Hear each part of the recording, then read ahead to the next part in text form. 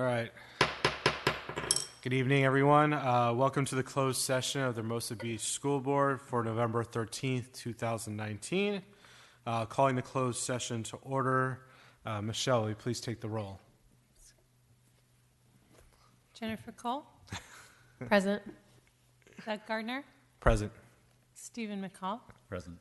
Barbara Zonduros, Present. and Maggie Bove-LaMonica is on her way.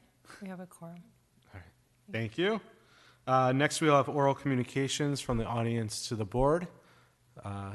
Unless we have a McCall child, or I saw the Gardner children walking in the background with a public comment, we will close public comment and adjourn to closed session.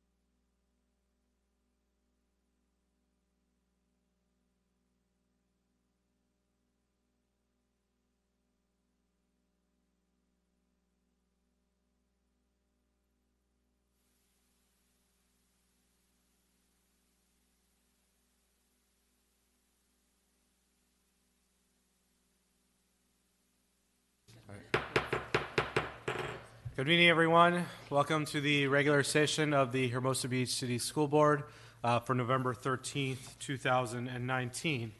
There's 3 items to report out from closed session.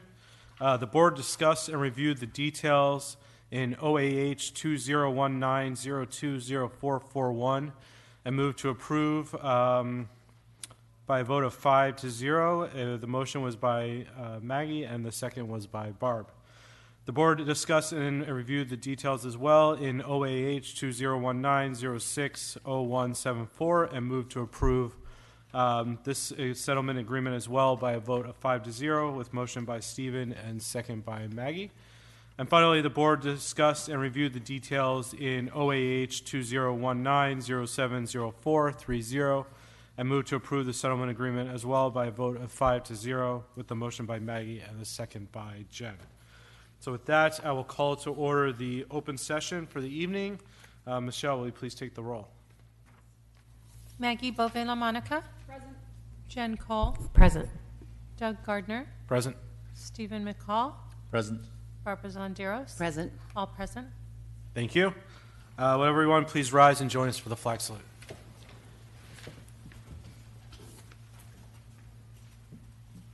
I pledge allegiance to the flag of the United States of America and to the republic for which it stands, one nation, under God, indivisible, with liberty and justice for all. Thank you. With that, we'll move to approval of tonight's agenda. Is there a motion to approve the agenda? I move to approve the agenda. Thank you, Jen. Is there a second? I second. Thank you, Stephen. All in favor? Aye. Aye. Motion carries. The agenda is approved. Next, we will move on to announcements. Superintendent. I am happy to be here this evening. What? Oh, no, I got it. Thank you. I was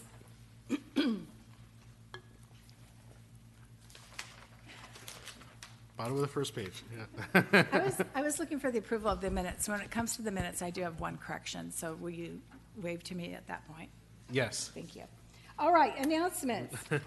Kiwanis Club, come on up, Kiwanis Club. These are our favorite fundraisers for us and supporters of from our community. Lucas Camiso? Who's Lucas? Hi, Lucas. Come on up. Hi. The Kiwanis Club hosted a Taste at the Beach, and the chairman, Richard Chertow, and co-chair Julie Claflin will present and donate $15,000 to this business.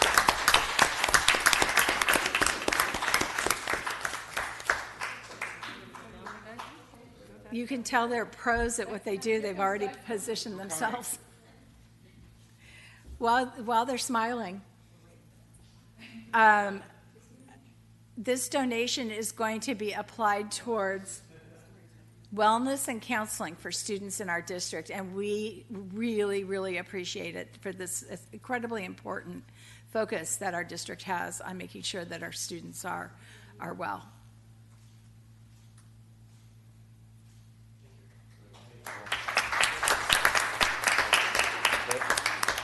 Would you like to say something? Please do. Great. Yeah, sure. Hi, Lucas Camiso here, president of the Hermosa Beach Kiwanis Club. Nice to meet you all.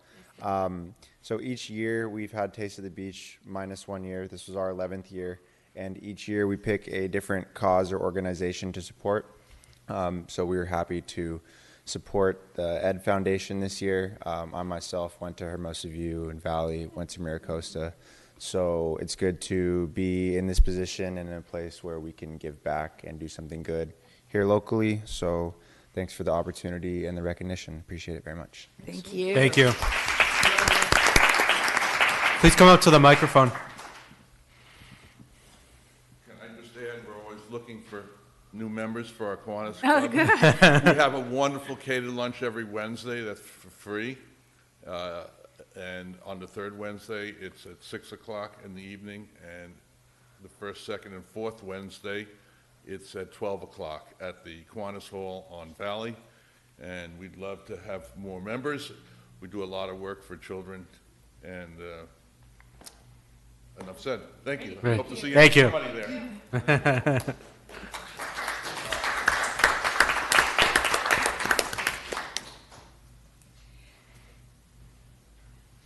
Ready?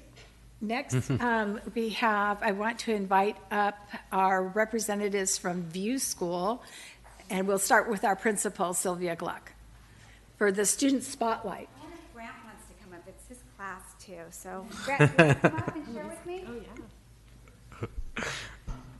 So our spotlight, we didn't have the kids come because it's late, but Grant's here so he could help share, and they did a hands-on science project, amplifying. It's with Miss Ager's class and Miss King's class.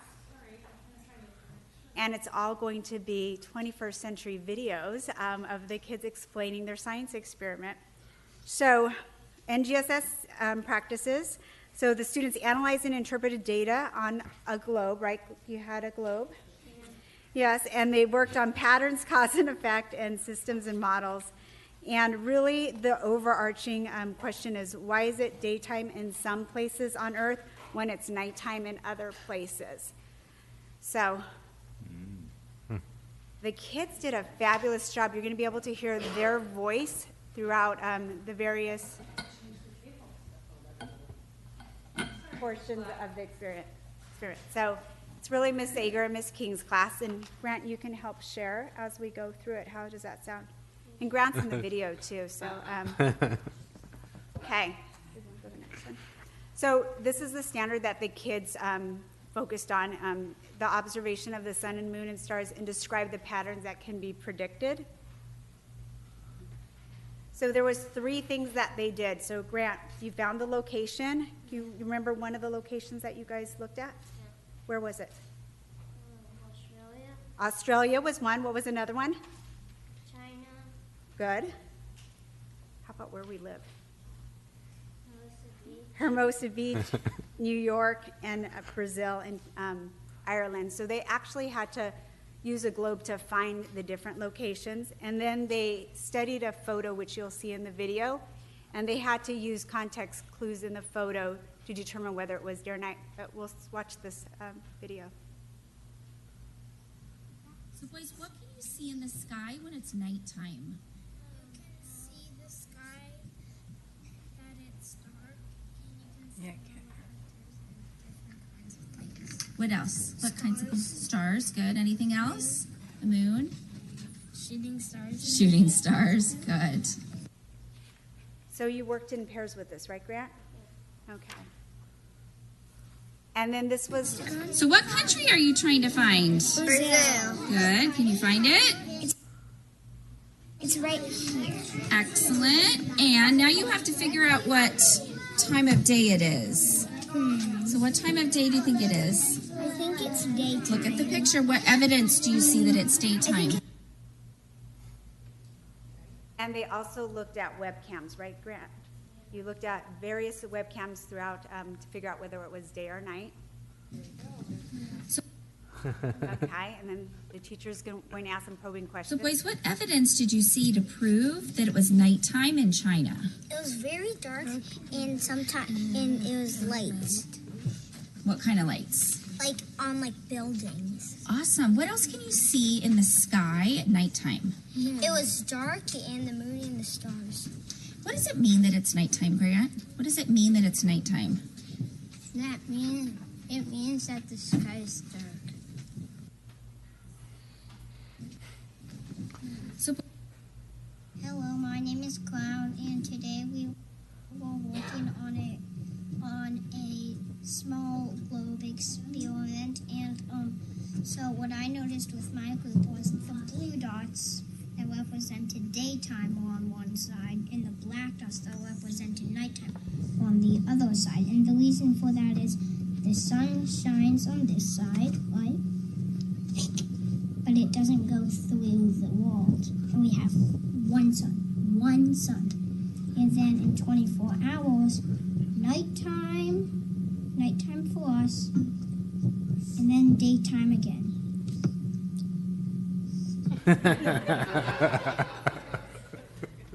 And then from there, they do the Hi, my name is Camila, and one thing scientists do is they make models. And this is my model of the Earth and the Sun. This side of the Earth is daytime because the sun is facing there. This side of the Earth is nighttime because the sun is not there.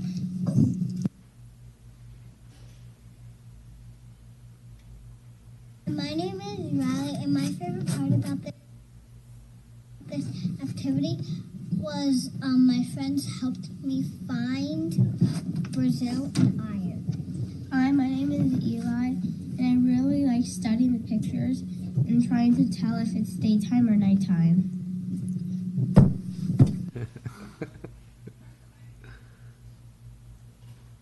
So the purpose of the activity was for the students really to understand the phenomenon with the big overarching question, and then the teacher guided you guys with questions in your small group. And then can you tell the board up here, when you guys placed the dots on the globe, why did you place a black dot or a blue dot on the area? Because the sun faces this way and the moon faces that way. So they were able to use the globe, and then when they turned it around, and then they were able to use live webcams too. Yeah. Yeah. Do you like the project? Yeah. So it was really a big overarching question, and then being guided through questions and learning about geography patterns and data collection. And what grade? First grade. Good. There you go. Yeah. First grade. Thank you, Grant. Thank you.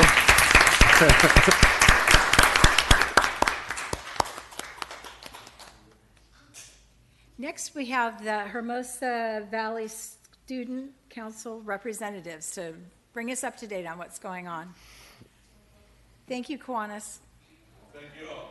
Yeah, thank you. Next Wednesday. Yeah.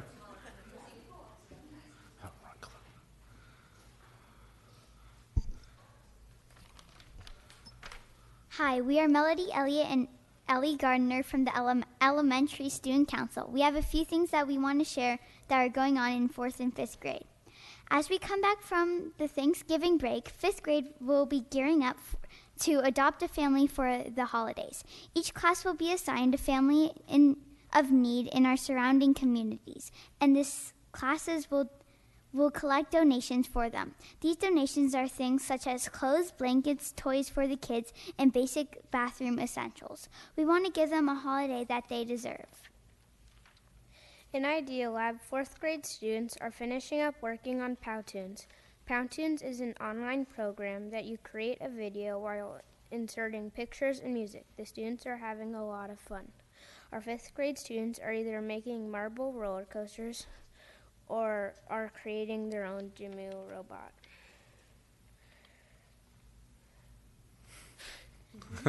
Good job.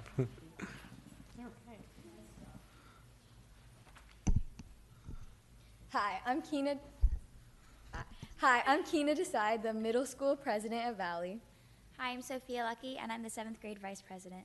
We are excited to be here to update you tonight on what is happening in Hermosa Valley Middle School. We are happy to announce that the Student Council Bake Sale was a huge success. We would like to thank all the students and families who participated by bringing baked goods to the bake sale. We had so many baked goods, and everybody was super excited to stop by and support our school. Thank you again to everyone who participated. The fall sports season has come to a close, and we'd like to congratulate all the teams on a great season. And a huge shout out to the girls B volleyball team who went undefeated this year. With the close of the fall season, we are gearing up for winter sports. Tryouts for boys and girls soccer and basketball will begin after Thanksgiving break on Monday, December 2nd. We hope to see many students try out and wish them a successful season. Today we had a guest speaker, Alex Gray, present to the 7th and 8th graders about vaping. It was a very impactful presentation as he shared his personal experiences, and you can find out more about him and his presentation in the Daily Breeze. Next month, on December 6th, we will have our first middle school dance of the school year. We are currently working on a theme and are excited to have the In-N-Out truck cater. We will also be having our next flag ceremony on December 6th. We hope to see you there. In 2 weeks, there will be no school for the holiday break from November 25th through the 29th. We look forward to be able to spend that time with our family and friends, recognizing all that we are thankful for. Thank you again for allowing our student council to share what is happening at Valley. We look forward to sharing more information with you next month. Thank you. Thank you.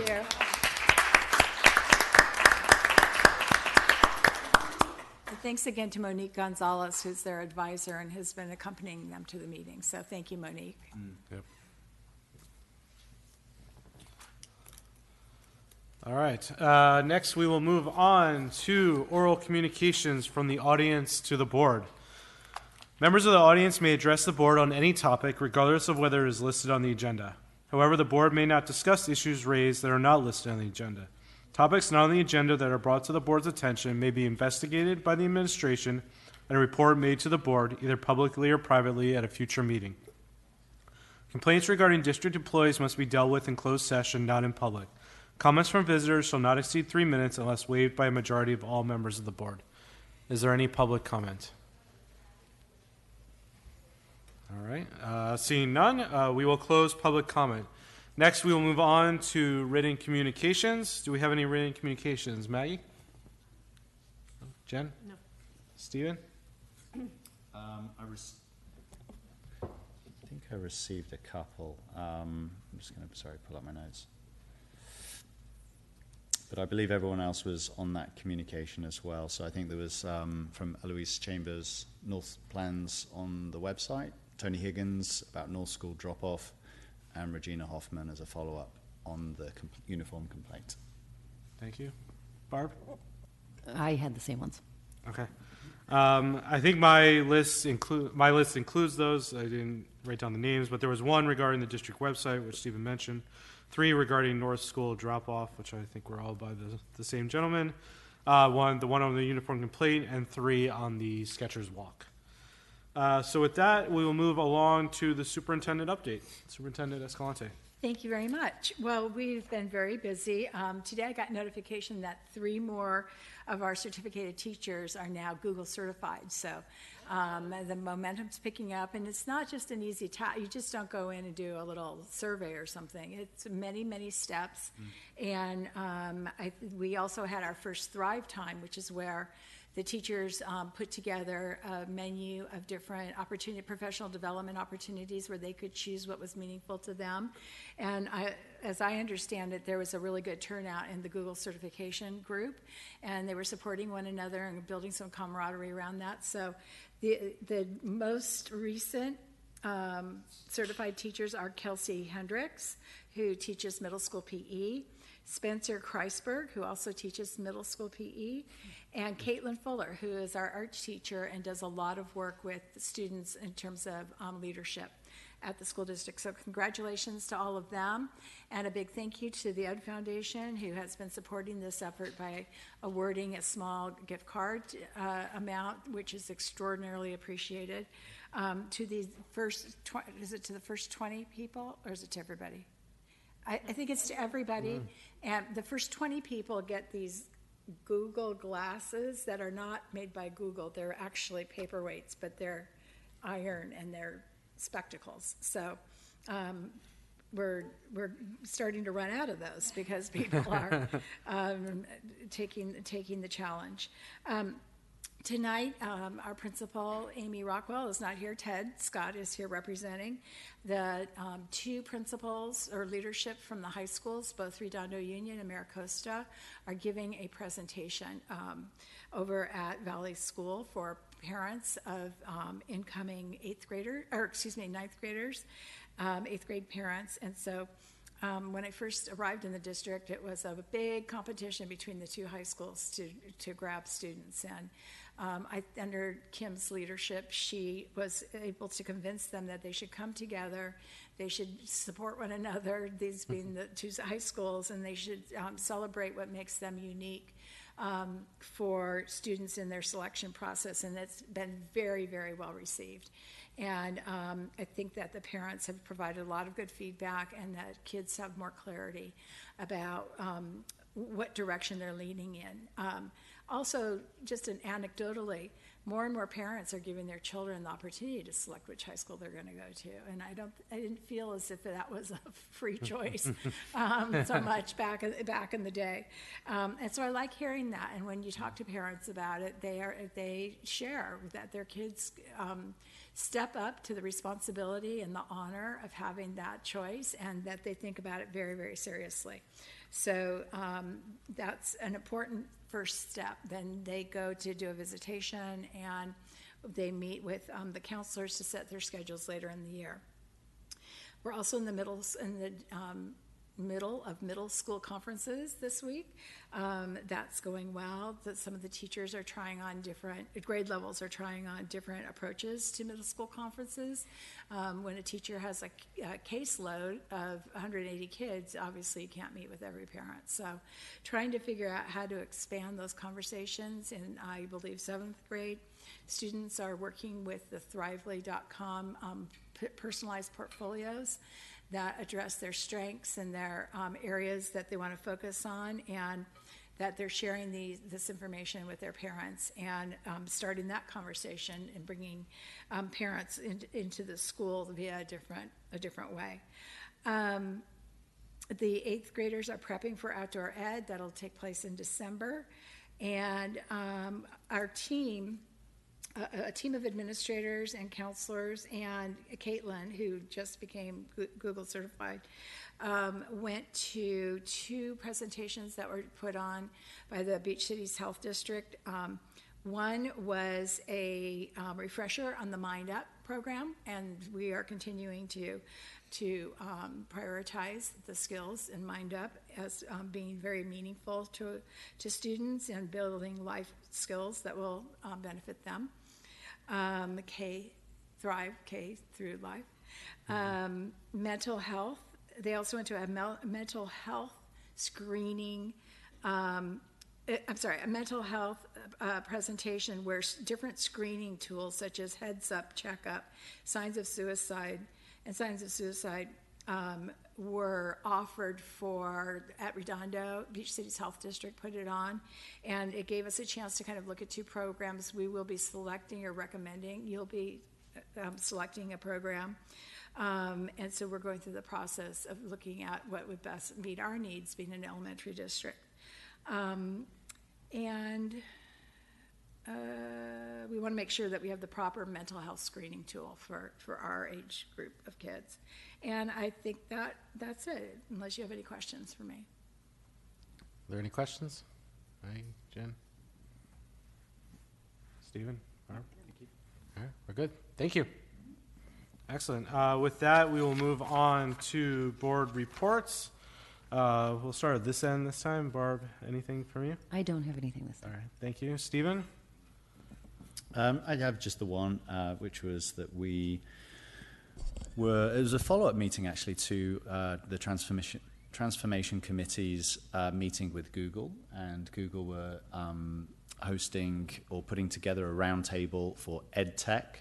It was the first sort of its kind, I believe, in Southern California, so it was a great sort of meeting of minds. I think there was 40-odd, maybe more, 50-odd folks in the room. And it was a great intersection of ed, tech, and also commerce. And I think that all related to ed tech and folks who are all about the future of learning. So, it was a great session identifying issues, discussing potential solutions. It was great that Hermosa schools, we were there. There was 1 or 2 other districts there, but we were sort of in the conversation on things.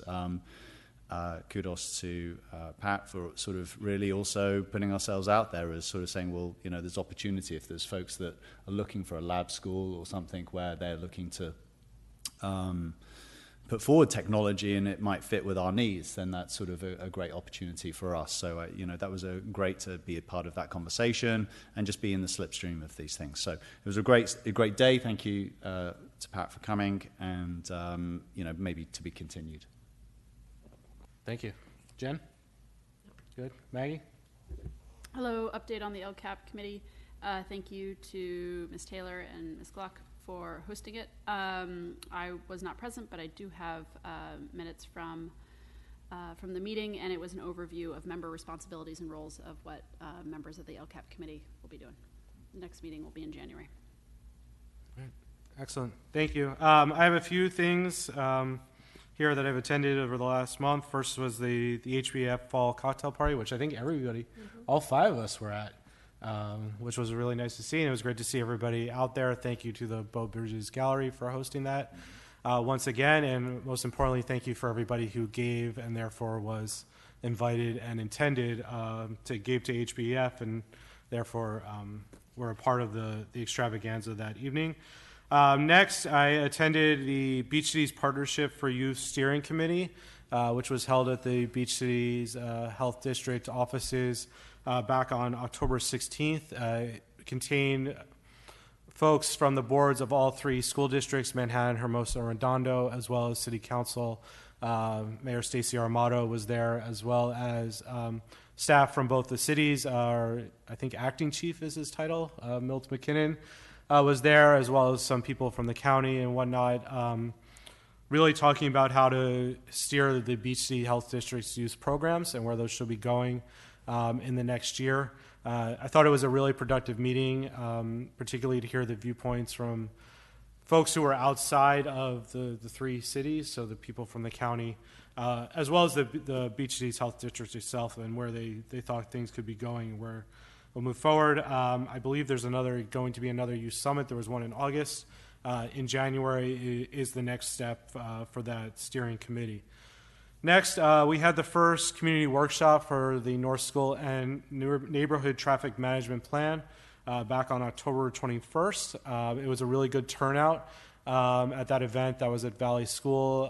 Kind of the initial presentation by Farron Piers, who was our traffic engineer, as well as the city of Hermosa Beach and the district were all there presenting. It was kind of an overview of a bunch of the different options that we're looking at as far as the neighborhood traffic around North School is concerned.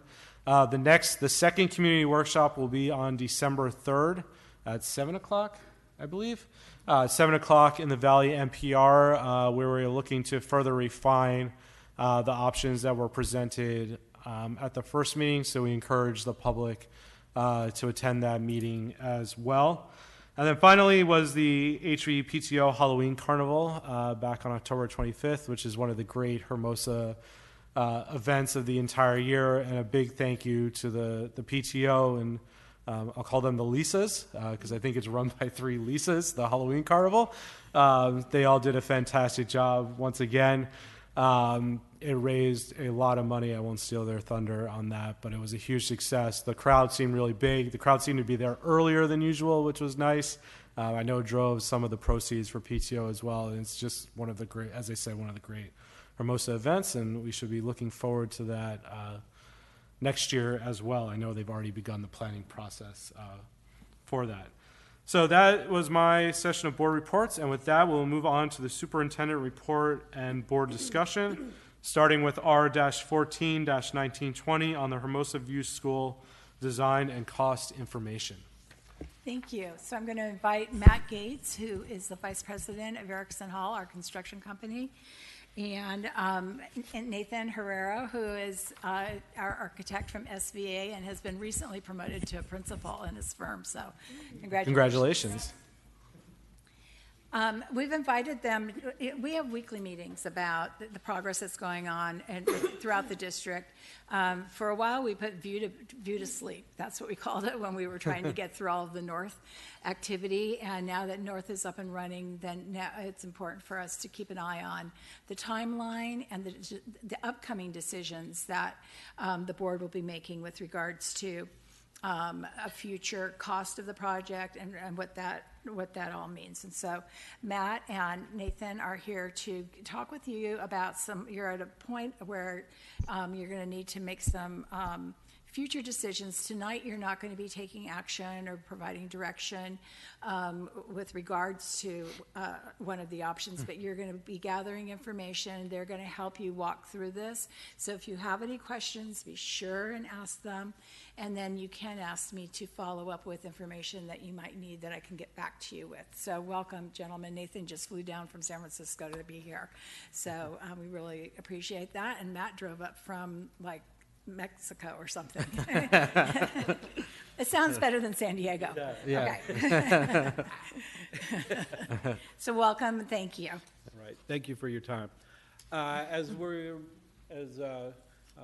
Superintendent Escalante was saying, as we're starting up and going through the construction process at North, as part of our requirements and pre-construction services as your lease-back entity, we wanted to start budgeting View School and start seeing where we were at in the program for the Measure S. So with that, a couple things. I've put in escalation rates over the last 4 years that we've seen through our estimating process. Just to give you kind of a benchmark, from about 1985 to 2008, on average, escalation in the construction industry was about 3.8%. And then we went into the recession. Coming out of the recession, so what you're looking at is 10% annually for 2 years, 7%. It's begun to stabilize, but you're still, over the last 4 years, double what the previous 30, 35 years the average was. And that has impacted many school districts throughout Southern California in their budgeting process for their bond measures. So with that, and I'll call it the original design. This is the design that has gone to DSA from SVA Architects. We put an initial budget together. It included some contingency as well as some escalation. And I'd like Nathan to kind of talk about the original design and what it was reaching and meeting the goals of the district. Yes, so one of the big goal at View from the beginning in both the sort of original master plan attached to the bond and our plan was to sort of redefine the front of entry of the campus to have drop-off and all the parking for visitors take place down at the level of Prospect. We approached that in a slightly different way than the original master plan did by sort of staggering the building on the slope. But both plans sort of involved a substantial rework of the front of the campus to sort of regrade, basically carve out and move the toe of the slope back to get the drop-off and parking at the street level. So that has a pretty substantial cost us an awful lot of dirt to basically move all of the grade back to the level of the existing NPR, so sort of push all the area that sticks out further than that back. And so that's one of the components that's driving the big cost associated with the View design.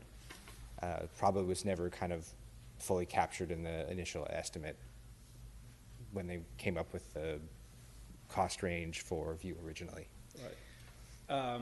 So with that, with our initial budgeting of the design, Erickson Hall and our estimators identified some significant areas where we could reduce risk and reduce costs. Came to the district as well as with SVA and identified some areas where simply shifting the building north and shifting the driveway north, keep getting turned around, just drove up from Mexico. So, simply by shifting the building as well as the driveway, we were able to shave just over $2 million off the cost of the work. But again, we're still at a budget issue, and we're kind of working through potential ideas to where we could meet your budgets. One of the items, and I'll roll into, yes. Yeah. Well, okay, so the 1023 estimate is, the 1023 budgeting is we're removing the modernization of the 3 existing buildings. Matt, could you please move more in front of the microphone? Sorry. I'm sorry. No worries. So the 1023 estimate is where we're removing the modernization from the existing buildings. We're continuing to do the new construction with the shifted building, as well as the new kinders and the site work, associated site work and kitchen work in the design. And again, that saves some money, not necessarily meeting the goals of the district. With that, we had another discussion with the district in terms of talking about potential eligibility that the district had in terms of state matching funds. There's currently a state bond that's already been voter approved that has money at the state pending sale of bonds that the district has eligibility for. Additionally, this spring, there is a second bond, statewide bond, that is going to the ballot. And again, the district has the ability to capture some of those funds. The state facility program is a reimbursement program, so you need to spend the money in order to capture the money from the state. So with that, we were kind of brainstorming in terms of how you can leverage the money that you have in your general obligation bond and be able to capture all, and at least have a better idea of how much actual eligibility that the state can send to the district. So the last estimate is we would continue to, we did some more research in terms of some shoring and how much shoring we need and things like that, tightened up some numbers to where the new construction work and all of the associated site work is roughly $21.32 million, 21.2. We would additionally price under the GMP an additive alternate for the modernization of the existing buildings. That would give the district some time to finalize numbers that they're eligible for the state, where they're in line for capturing that money. And while we're doing the new construction work, the district would have the opportunity, they'd have a fixed price, guaranteed maximum price to do the modernization, that during the course of the work, they could assign that to us. It's included in the GMP. If the district decides not to do it for budget reasons, it goes to zero and it stays with the district. If they decide they've got the funds able to do that, they can assign it to us, and again, it's a guaranteed maximum price. And you're locking in the subcontracting price as well as the material price. So it's an additive alternate. It gives the district some flexibility to make some decisions during the course of the work rather than right now. So there's some flexibility there. Additionally, there you go. So this is what we're calling option B, which is absent any of those value-saving sort of ideas of shifting the building north, reworking the driveway entry, is what would you do if the lowest cost option on the site, and the big target is to eliminate all the earthwork along Prospect. And this would basically build new permanent buildings for all of your classroom needs, but at the grade level that they are now. So where the admin is, where the library is, where the portable classrooms are, at the same general location, you would replace those with new permanent construction. So the same quality of building you would get in the other option, but without sort of reworking the site flow issues. And where the existing relos are at the rear of the campus, that would be the kinder. They would be pushed closer together, but they would still be basically the same designed kinder classrooms, but without all of the earth moving around. Nathan, quick question. So is the 10, 11, 19 estimate, is that what option B is? No. No. So this total, the option B, including the cost of modernizing the existing buildings, is roughly $20 million. So by not doing all of the earthwork and parking lot and entry, you're saving the $3.465 million. So there's a lot of work going into sort of regrading and reorganizing the site there that's not inside of the classrooms. So that's why we felt it was good to give you this option. It gets all of the classroom spaces. It just does not address the issue of there's no apparent front to the campus. You sort of have to come into the campus to check yourself in, and there may be ways we can look at adapting the main entry stairs at the front of the campus, but you don't get sort of that big impact of the redesigning the campus, but you do get all the new spaces. So The downside to this, we are in DSA with the other design. So to do something like this, we would just have to pull the application for the current project and start over with them. This is, to them, just an entirely new thing, so you would just be starting fresh. So schedule-wise, that's going to kind of reboot the process in terms of timeline for getting back through DSA.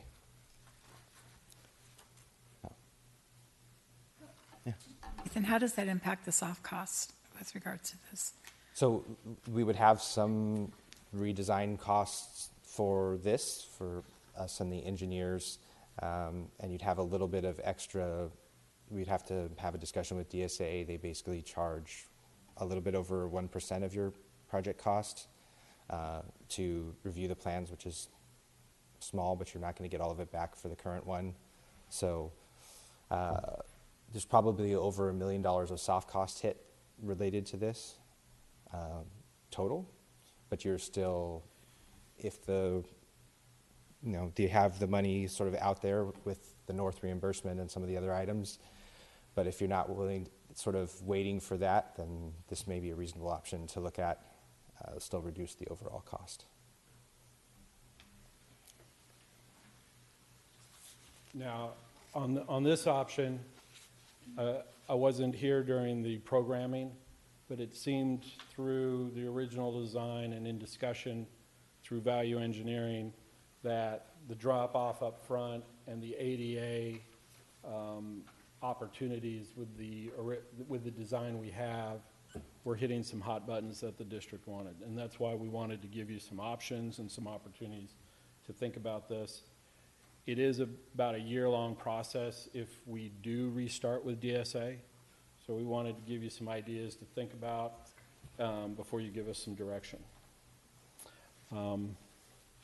Additionally,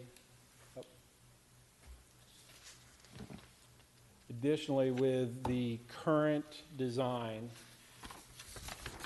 and even going with the additive alternate or even just doing away with the modernization work, there are some opportunities with the shifting of the building to where we could capture some value engineering that we could continue to work through.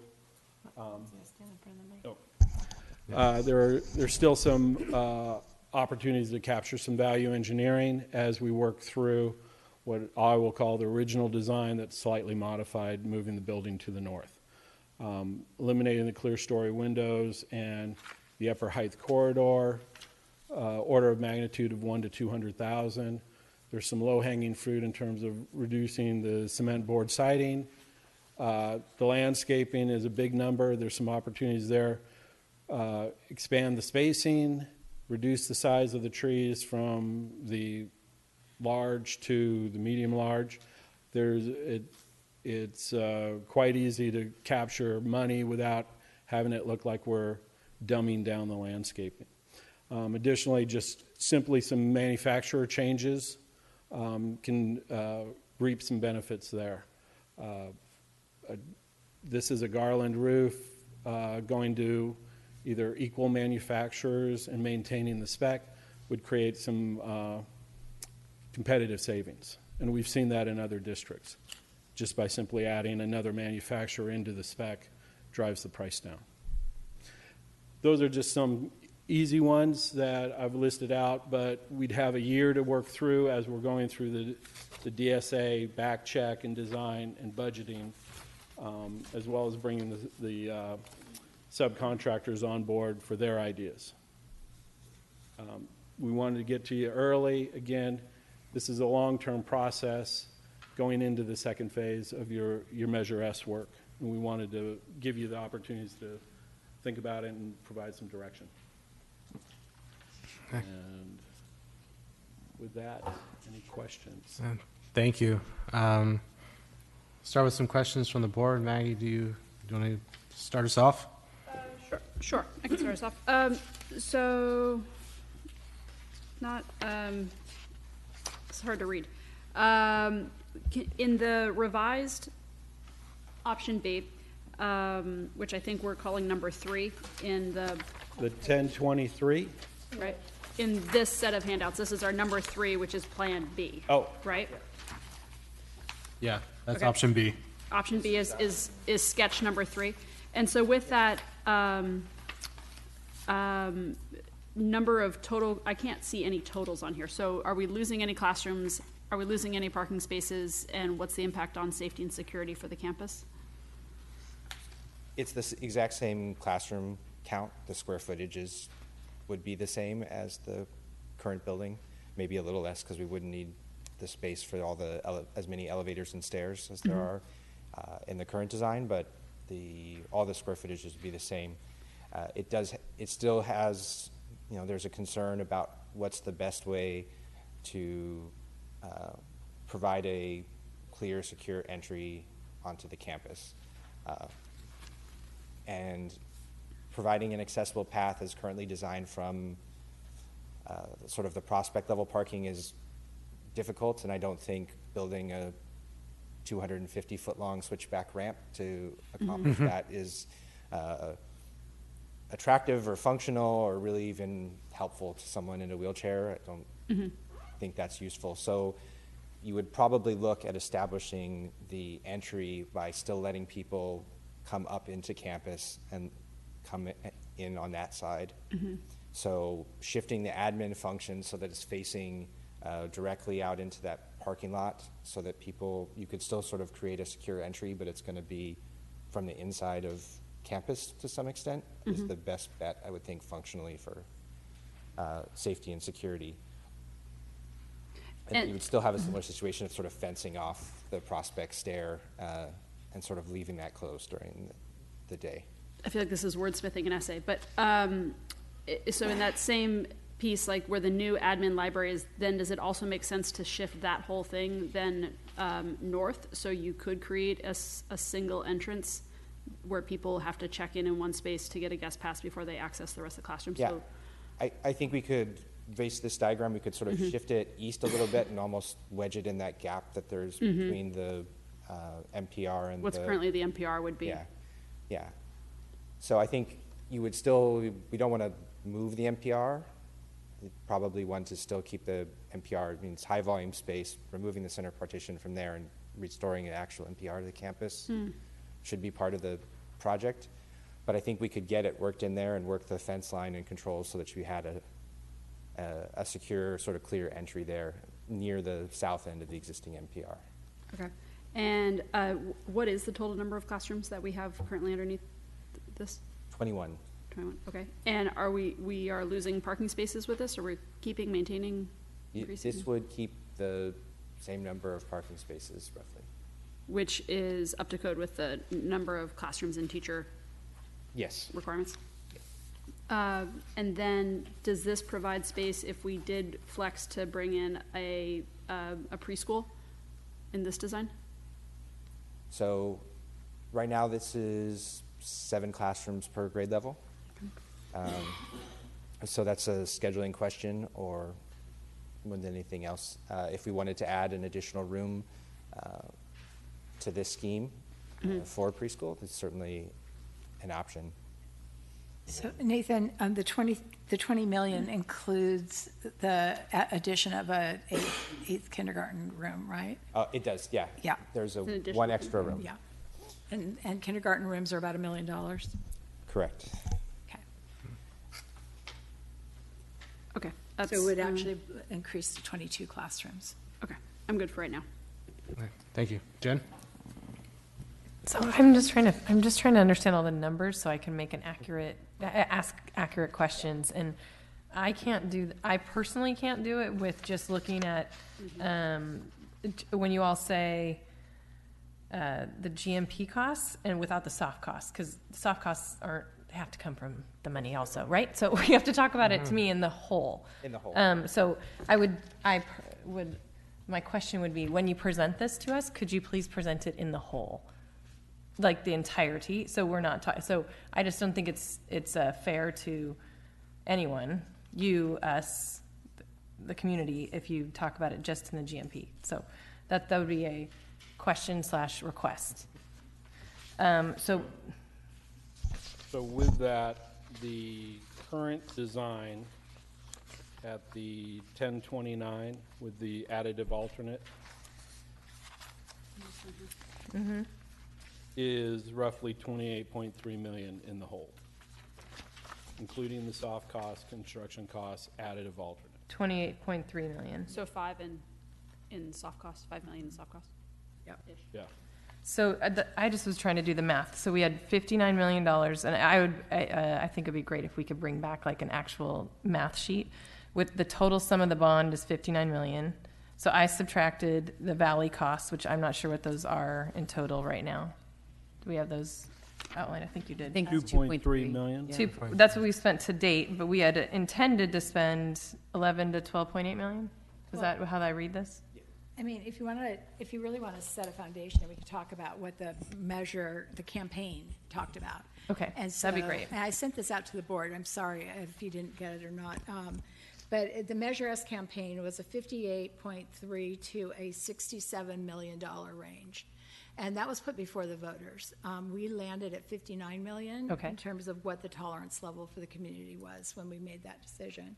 So North Range was 28.2 million to 32.4 million, and that was just construction costs. But through all of the value engineering that we did and working with the estimators and Erickson Hall, we were able to, with the soft costs, the total package, the GMP was 24.4 million, that's construction. And then the soft costs included brought us up to 31.6. So we stayed within that range. For View, in fact, we stayed well within the range because that didn't include the soft costs. But it did include the soft costs. It did? What it did not include was any escalation. Oh, okay. So the I prices apologize. that were done in the bond measure were as if all the construction were going to happen in 2016. So the point of showing the first slide is that the gap is the cumulative 35% of construction cost increase between 2016 and now. And so all the numbers from the ranges from 2016 plus 35% is what we're sort of working against in the effort. Right, so View was 18.4 to 21. That was, Valley was 11.1 to 12.8, and the district office was $600,000. That was the Measure S package within the range. Can I just ask a question then? Because when you look at the ballot question, it just says $59 million. So did the public get told Yes. that much money? So where do we get that extra money if we didn't borrow it? Well, we created designs that didn't go to $67 million. We created designs that went to $59 million, but the delays and the escalation, is something that we're having to deal with now because at the time those weren't expected.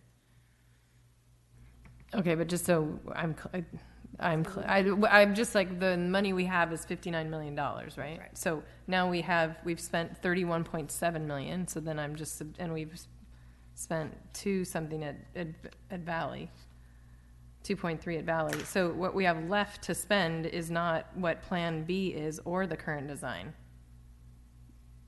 That's like with the GMP plus the soft costs, we just don't have that money. So Plan B with the soft costs is 24.6 million. So if you've got your 31.4 and you've got your 24.6 and you've got your 2.3, Plan B would fit. And then you've got but that's not including doing anything else at Valley or a district office. Right. Those are the decisions we have to. Those are your decisions that you have to make. Now, Matt touched on it, and I'm going to circle back real fast about the potential funding sources that are something that we definitely want to consider. So we did not get in line because of our delays for the bond that was in 2016. That money's been allocated, and we're not in that line. We are in line for the 2020 state bond measure, and my political sources say that will be something that they would anticipate passing. We would get a $2.7 million reimbursement from North.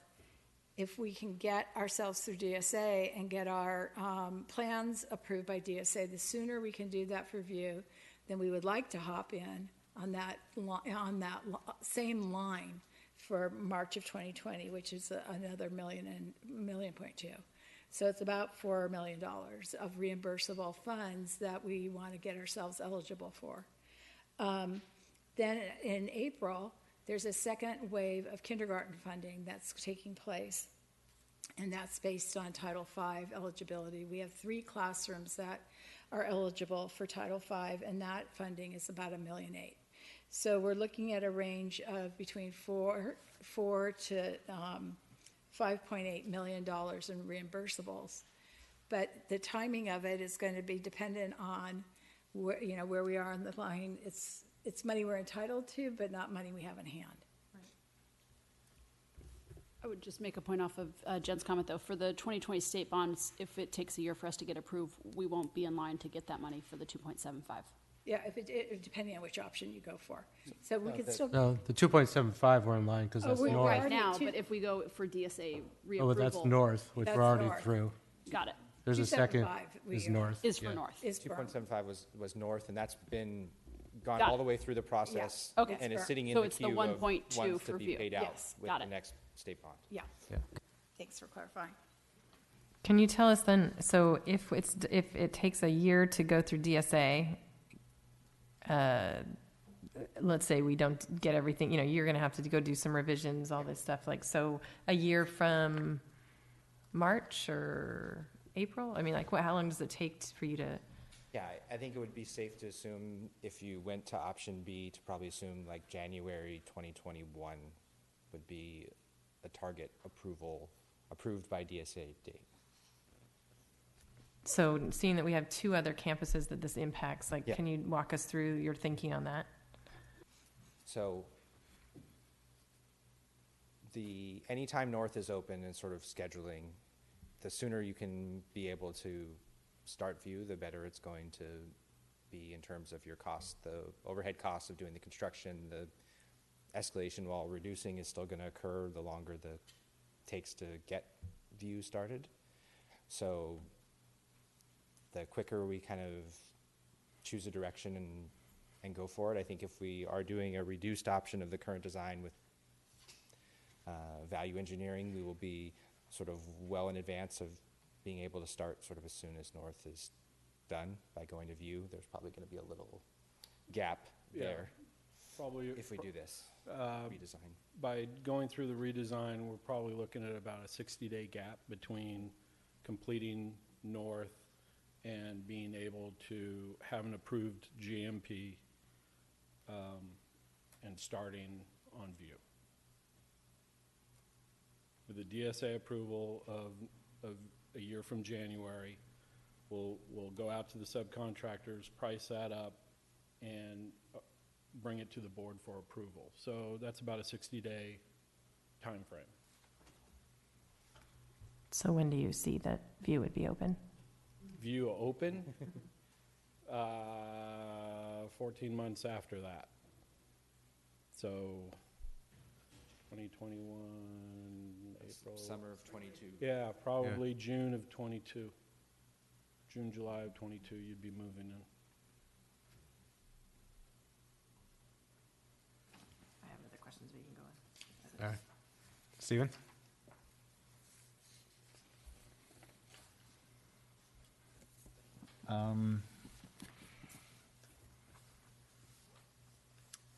Yeah, I sort of follow on from Jen a little bit. I mean, these are good precision questions to have. I think the macro, I did the math, and based on current numbers, I'm getting to 70 million or odd or whatever else. So we've got to cut our cloth accordingly, certainly, because we've got a certain number.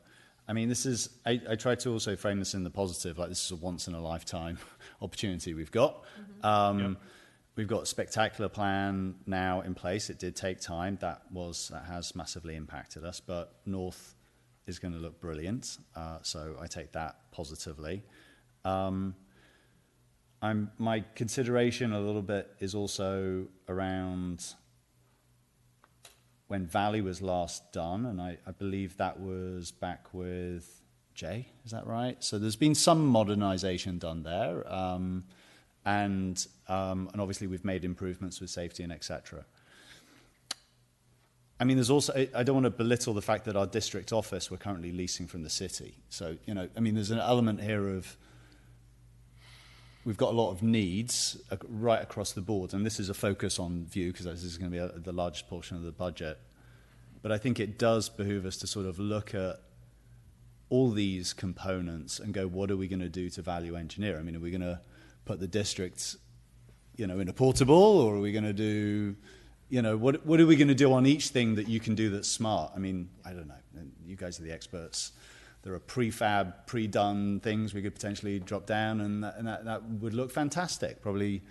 But I just don't know, and I think we've got to look left to right across. I think we need a framework for what are our needs versus our wants, and that's got to come down to a much more granular, here are the options, with specifics around what we need, classrooms, etc.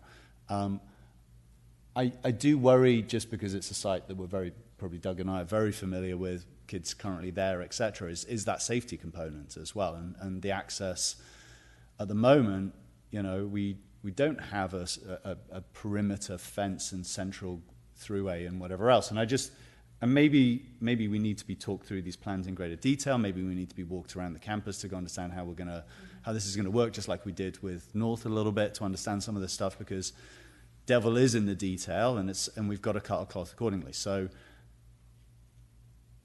you know, yes, we should have this great discussion around here, but there's also a discussion around the needs and the wants at Valley. You know, I go back to, I dug up the original Measure S statement that the voters voted on to reduce student overcrowding and make safety, security, and health improvements, construct, renovate, modernize, and equip classrooms and facilities at North, Valley, and VUE schools.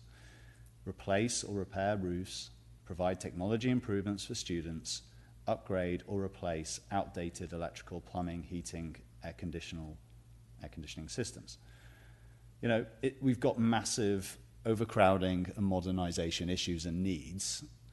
There are also just things here which I don't think ADA issues that, so we've got to work around here. We're not going to solve this right now, obviously, but I think you need a much better framework to come to us with a proposal that gives us how you're backing into a number that is the 59 million, because we're trying to back account numbers from an email this afternoon and other things, and I don't think it's fair on the board to be or just for us to be making this, trying to give you guidance even on some of this point, because I just think that we've got to take a 50,000-foot view to this numbers and go, yeah, I'd love to move it all, this earth around and all the rest of it, but, if percentages have increased the way they have, I can't afford a Maserati, I've got to afford something that's more functional modernization. I think there's also considerations, around that modernization, and so what can we do with current classrooms, with, what needs to be done to roofs. There's even components like looking down at Valley, there's, I'm not what they're called. There's I want to call them little sunken bowls. Thank you. The caves. That was the word that I was talking to Ella about. Things like that. So we're getting down into sort of minutiae, but that's a little bit where we've got to go down that. You've got to tell us on that list, this is a need versus a want, or this is what we're going to do and whatever else. I think that coming into this, I was hopeful that if we were looking at a plan B or C or whatever it is for VUE, because obviously that's the main component, that we'd still be, I was sort of hopeful that we could still make certain dates. So it's going to also just have a knock-on effect to those movements around of classrooms and schools, and we'd have to rethink through all of that stuff. But that is what it is. I mean, we've got to do what's going to be right, I think, for things.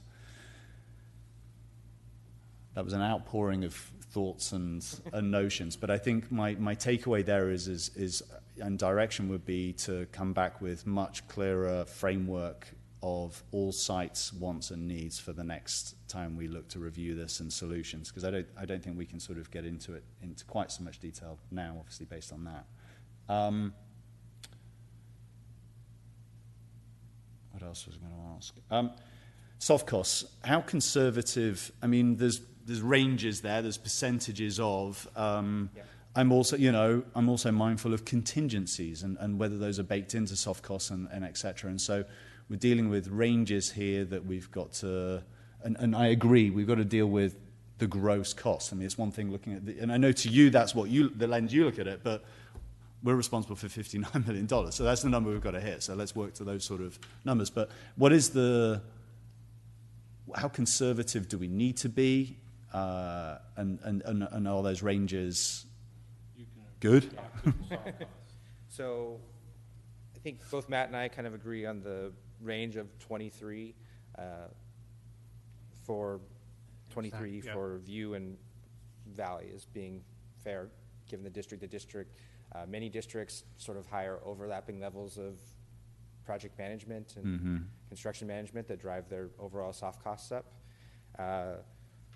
For the North number that's given at 30, you can probably do an accounting now and see basically what your actual hard soft costs are minus a little bit of pending inspection during construction. So you've under contract for all of your soft costs or paid most of it already. You did have higher than normal usual because most schools don't have the CEQA burden that you had in terms of those costs or the legal costs that you had for a project of this size. So that's why the number is higher in the summary, but there's probably some work that can happen to sort of get that North full number as accurate as possible with sort of only leaving in doubt the little bit left that's in question for the rest of the construction duration. But I think 23 is pretty fair for View and Valley. The View number still includes a little bit of contingency associated with us getting DSA approval. DSA always has comments. There's things to update, so that's in the Erickson Hall's numbers already, the $23 million. Additionally, besides the design contingency in that number, we're also carrying a construction contingency per the contract that we have. On the North project, we have approximately $1 million of contingencies and allowances that belong to the district. So in terms of if the soft costs have a contingency in them, no, they don't, because they're in our numbers. That's what we're carrying. So the soft costs that we're allocating for is the inspection, the architectural design fees, permitting fees necessary to support the construction work. And that's why we're pretty confident on the percentage that we're carrying. Okay. And so the projected estimate that you've got here of this alternative plan, does that include another 10%? Or wherever we are in the range of 5.5 to 10% of escalation rates? Because if we're pushing it back another 12 to 18 months. We're talking, it's only pushing back about 6 months, 7 months. Okay. But that does include some escalation. It's a workable number. So our escalation chart, so you're seeing it slow down. The rapid numbers were associated with materials and trade treaties being renegotiated and tariffs and all of that. A lot of uncertainty in the materials markets. What we're seeing now in terms of escalation is labor. There's a shortage of labor, and there continues to be a shortage of labor. We have a strong subcontracting pool that we can task with doing the work, but even they are beginning to be tasked. There are numerous districts in the LA, Orange County area that are going for bonds this spring, as well as already have general obligation bonds. So there's going to be a yin and a yang in terms of labor. By timing the work earlier than the spring or after the summer in terms of getting contractors under contract, you'll be able to mitigate some of that.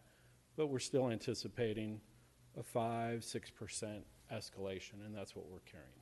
Okay. But as we sort of just back pencil these numbers, option one is not an option, correct?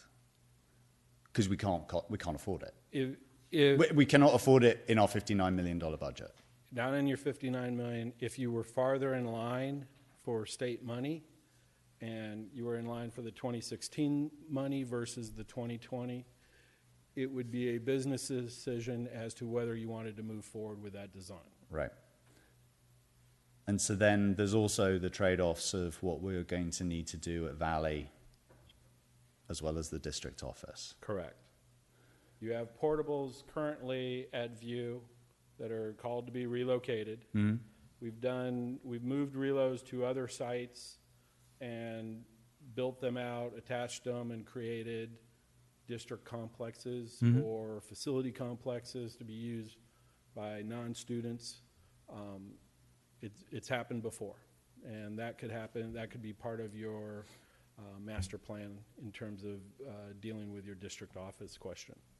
Okay. So I think I'll just leave it as that. Is that I think we need to have a framework of analysis and options, but also left to right, because we've got to. This is not a case of, oh well, let's go back to Hermosa in a couple of years and look for more modernization or more space for the schools. We can't do that. You could, but I don't think we'd want to. I think there's also components, Maggie mentioned it, the preschool options that we just want to give the flexibility to the district in the future years. So there's sort of criteria for needs, wants, desires, you know, and if there's elements to your point of, well, we can upcycle this, we can recycle this, or we can use this framework of the current classrooms. Actually, Valley's in great shape. We just need to do, you know, 500,000 as opposed to another 6 million. You know, whatever those things are, I think we need to sort of look at it. We need to go across and we need to go down and we need to sort of think it through. So. In working through these numbers, it became clear that the penny dropped. We needed to let you know, and this is kind of an informational thing. What do you need from us moving forward in order to make a decision? This was just an informational presentation. Yep. Thank you. Cool. Barb? Thank you for being here. All right, so it looks like, all right, let me just, I guess, summarize what I'm hearing, is that we will not qualify for $1.2 million in bond money if we go with Plan B, correct? That's No, the $1.2 million is your sort of maximum eligibility for state matching funds at View, and really any of the options of View would still qualify for the $1.2 million. The only question about the $1.2 million is, at some point we're going to apply for it, and you will get it. Is it next year? Is it in 2022 or 2024, depending on where the project happens and everyone else's progress in the state getting in? So assuming the new bond passes, the state will get a huge flood of applications from districts all over the state. Money goes quickly from being spoken for, and a lot of it is going to go to money like your North money that is already sitting there waiting for the checks to be written for things that are already qualified. Okay, so another thing then, so that 2.7 million, we kind of the added to the 59 million? You are getting the $2.7 million. So there's 2.7. You will probably get it next year, assuming the bond passes timing-wise. Okay. So it looks like, well, according to my numbers here, it looks like possibly we might have 27.8 million. Although here was another question. I believe I read that we've spent 1.4 million on View planning to date. Is that accurate? That's probably, yeah. Okay, so that comes out of the 27, I assume, because I didn't include that. So it looks like we're looking at 26.4 million left over. And then we've got, so it's going to be another $1 million in soft costs if we go with Plan B for more planning and to get it you probably approved. Have a couple $100,000 out at DSA for their portion, plus the redesign costs for us and engineers to redo it, which I'd have to look at it and see to what extent we can reuse elements that are already in the current design moved around to try to limit that as much as possible. Okay, and then I guess what Stephen was saying, the same, he mentioned that. It looks like about 11% increase in escalation construction costs per year, and you're saying it's probably going to be about 5 or 6%, which would be another $1 million. But the Oh, that's plan included is in your- already included. that's the in your- work is a little bit later, construction-wise, in the number. Okay, so that $1 million's already included. Yeah. Okay, and then just one other question about the, in the redesign, how far north would things shift in that number 2 plan? The number 2 plan. You're saying that like the the building would shift north? In the low 20 feet north from the originally planned location, and the driveway pushed up about a similar amount. So you lost a couple parking spaces at the lower Oh, okay, down, okay. level, Mhm. and you moved the building further, and there was a nice sort of wide area between the new classroom building and the MPR. You'll still have a pretty large opening, but it'll be 22, 24 feet narrower than originally designed. Okay. Moving it north in the middle. You're squeezing it. We're moving it north, and we're squeezing this sort of gap Right. between the It- buildings. Right, you're not taking. Yeah. Just to clarify, and that also would need to go through a DSA reapproval. Yeah. The building would be essentially the same, and we're just, all the conditions of the building are the same, we're just moving it. But so will we have to wait a year for DSA reapproval? No, we would have to have a little discussion with DSA, but that would not cause a restart hiccup to move the building. This is option 2. Yeah. Which, sorry, just to further that point, which would put us back in line for being able to get that 1.2 back. The 1.2 million. So Because your DSA approval by funding before consultants March. have sort of done, I believe, all the paperwork that they can do up until the point of us sending them approved plans so they can finish your funding application. So yes, that would be the fastest way to get your $1.2 million in.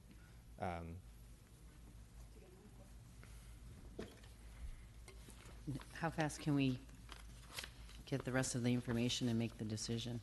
Because it sounds like time is of the essence. The goal is to Sounds make like the we're- decision at the next meeting. Okay. Yeah. So we can collectively put a matrix and probably sort of a couple option pathways going forward, and we'll phase those. I think to be probably the most fair, we should probably use the $2.7 million, assuming that you or have sort of a 59, but do at least the 61.75 as sort of the at least sort of minimum target, I think, given the likelihood that if the state bond passes, you are already waiting for that money, and it's for the project that you're already under construction for, and then use those others as added. And I think it's important to know that the kindergarten funding is separate from all state bonds. It's budget allocated money from the governor's priorities. So the first round of the kindergarten money actually went out just a month or two ago, so they are already writing out for that money, and it is much, much faster to get the kinder $1.8 million. And that money is to make sure you can house full-day It's for kinder? full-day kindergarten, so you're a perfect test case for that. We are building many more Right. kindergarten classrooms with the goal of being able to accommodate full day. It's exactly what the point of the money is set aside for. Okay. So even though we wouldn't start full kinder till 22, 23, we could still get the money before that to prepare. Yeah, that's why we'd be doing this, part of why we're doing this project, and that Right. do it Okay. started when this is done, in Okay. theory. Thank you. Did you have another question? Then I'll get to my questions. Jen? I was going to ask, do you have a rendering of these different plans? Because for me, and I would like to request a site visit for all of us to go through and walk this with you and understand really what the pros and cons are. And then would it be possible for you to share with us the scrubbing budget that you did to get down to the costs? So we can if someone asks us, we have the knowledge to give them. Sure. So then I have a few questions. So going back, on that slide there, so the numbers that are here, How much are these just estimations versus, like, are there any actual bids as part of these numbers? It's just purely the work of the estimators. No, we had subcontractors validate pricing. They did not do a piece-by-piece takeoff. Okay. But they did go through our assumptions. Additionally, what we found in the previous budgets as part of the pre-construction services, they were missing things necessary to put the building in place, like shoring. Kind of material. important. Yeah, they had the earthwork. They didn't have anything to hold the earth up. So, and that's a $250,000 number. Yeah. We've gone through and met with local shoring companies and walked it, and that's where some of the big swing was, because originally we were looking at closer to an $800,000 number. But by bringing in some local guys that understand the soil condition and giving us some square foot numbers, we were able to knock that down.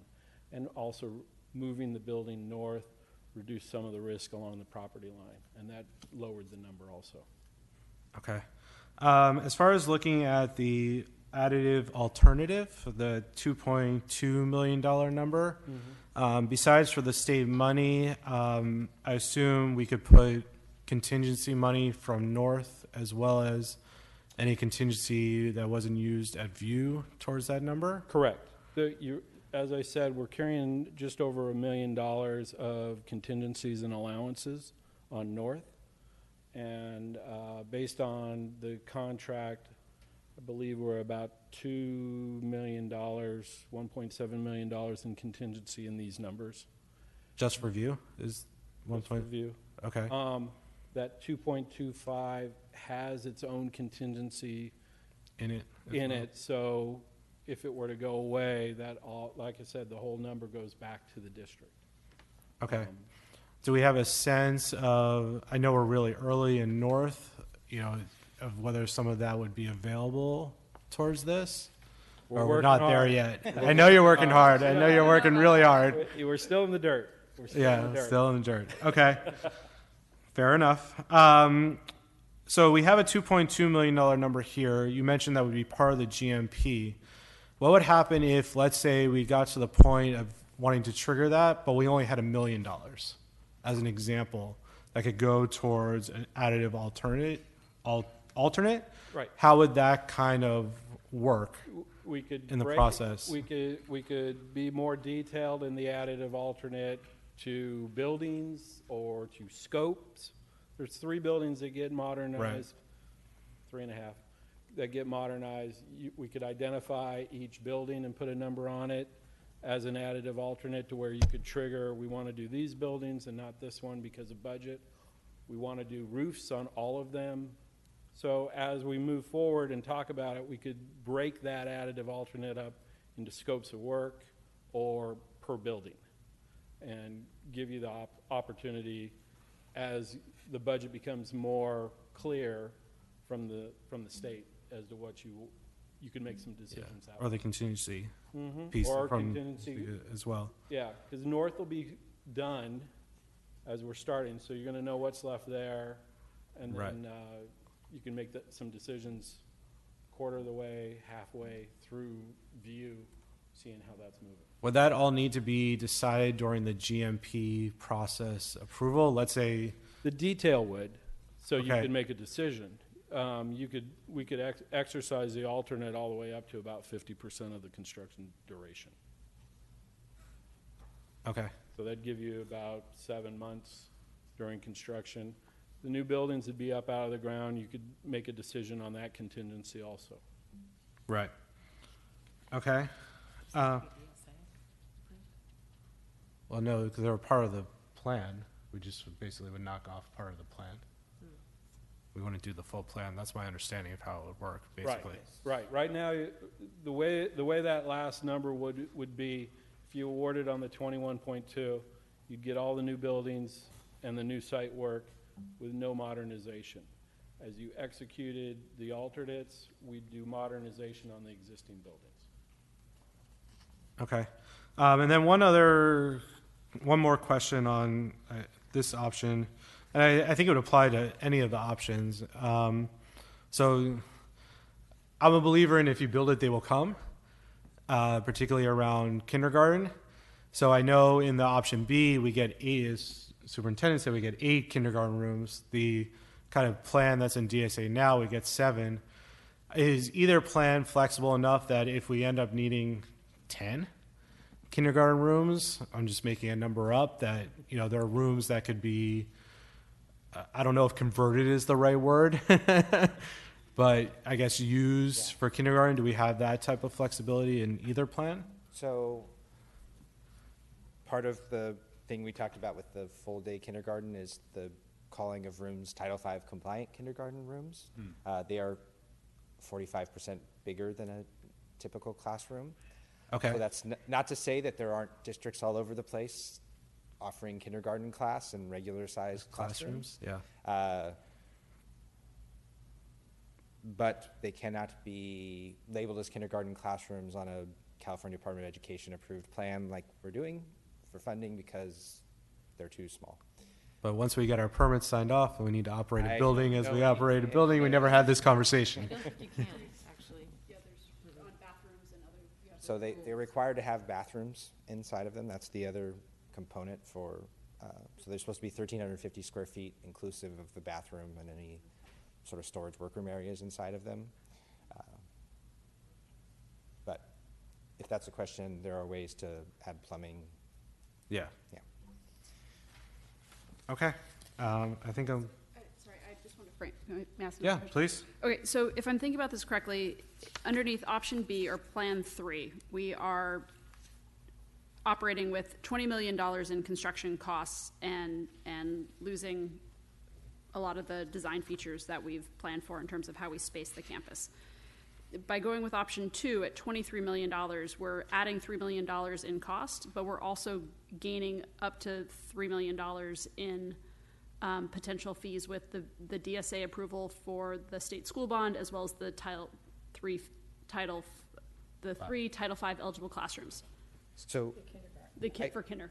So we could, I think you are still, there's a possibility of option 3, the redesign, still being eligible for the Title V.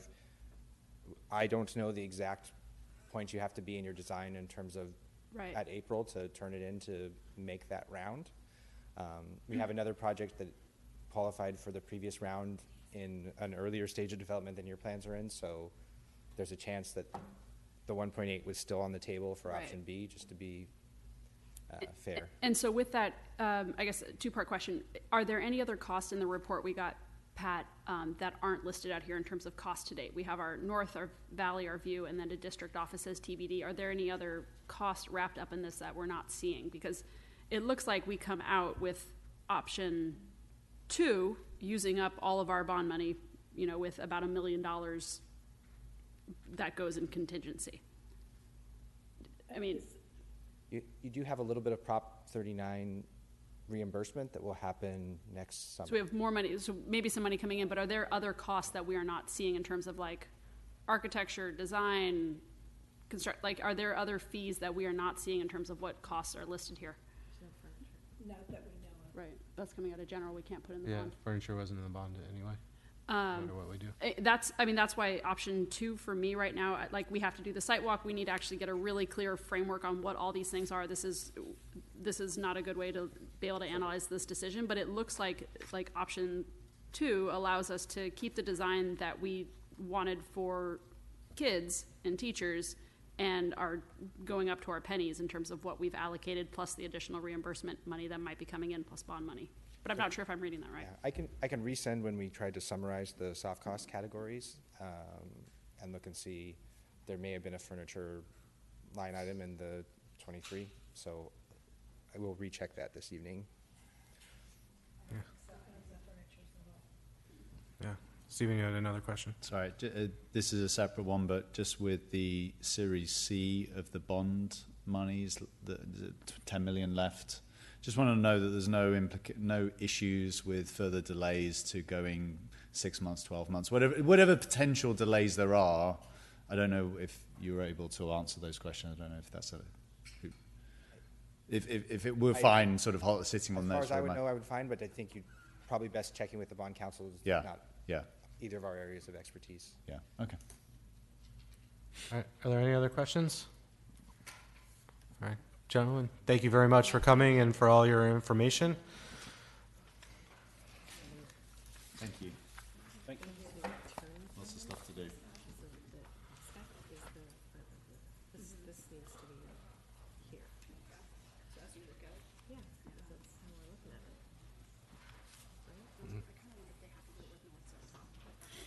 Okay, moving on to the next superintendent report and board discussion, R-15-1920 on the Measure S Facilities Program update. Thank you. You did a good job of updating everyone at the beginning with the information about the community meeting that was held for the MOU. So thank you very much for that. The stakeholder group is going to 12, the residents who applied and are on the stakeholder group. We have just rescheduled our internal meeting for November 20th, where we will be, again, going through the information that was collected, the ideas and then options that have been previously vetted and new ones that we're looking at. And things are starting to float to the top and to the bottom, and that's what the whole process was. At North School, we've been able to communicate back and forth with the neighbors and making sure that the information, as soon as we have it, is being distributed. The neighbors may have noticed that there was a stop. There was a stop in the activity this week. We, as part of the demo, we discovered that there's some underground pipes that were wrapped in asbestos, and so we're going through the process of abating that, as you would in any kind of a project. So we're in the process of figuring out, how that impacts the schedule, but schedules are, you have your bottom line, but you make up and you lose, as you go along. So we're confident about that.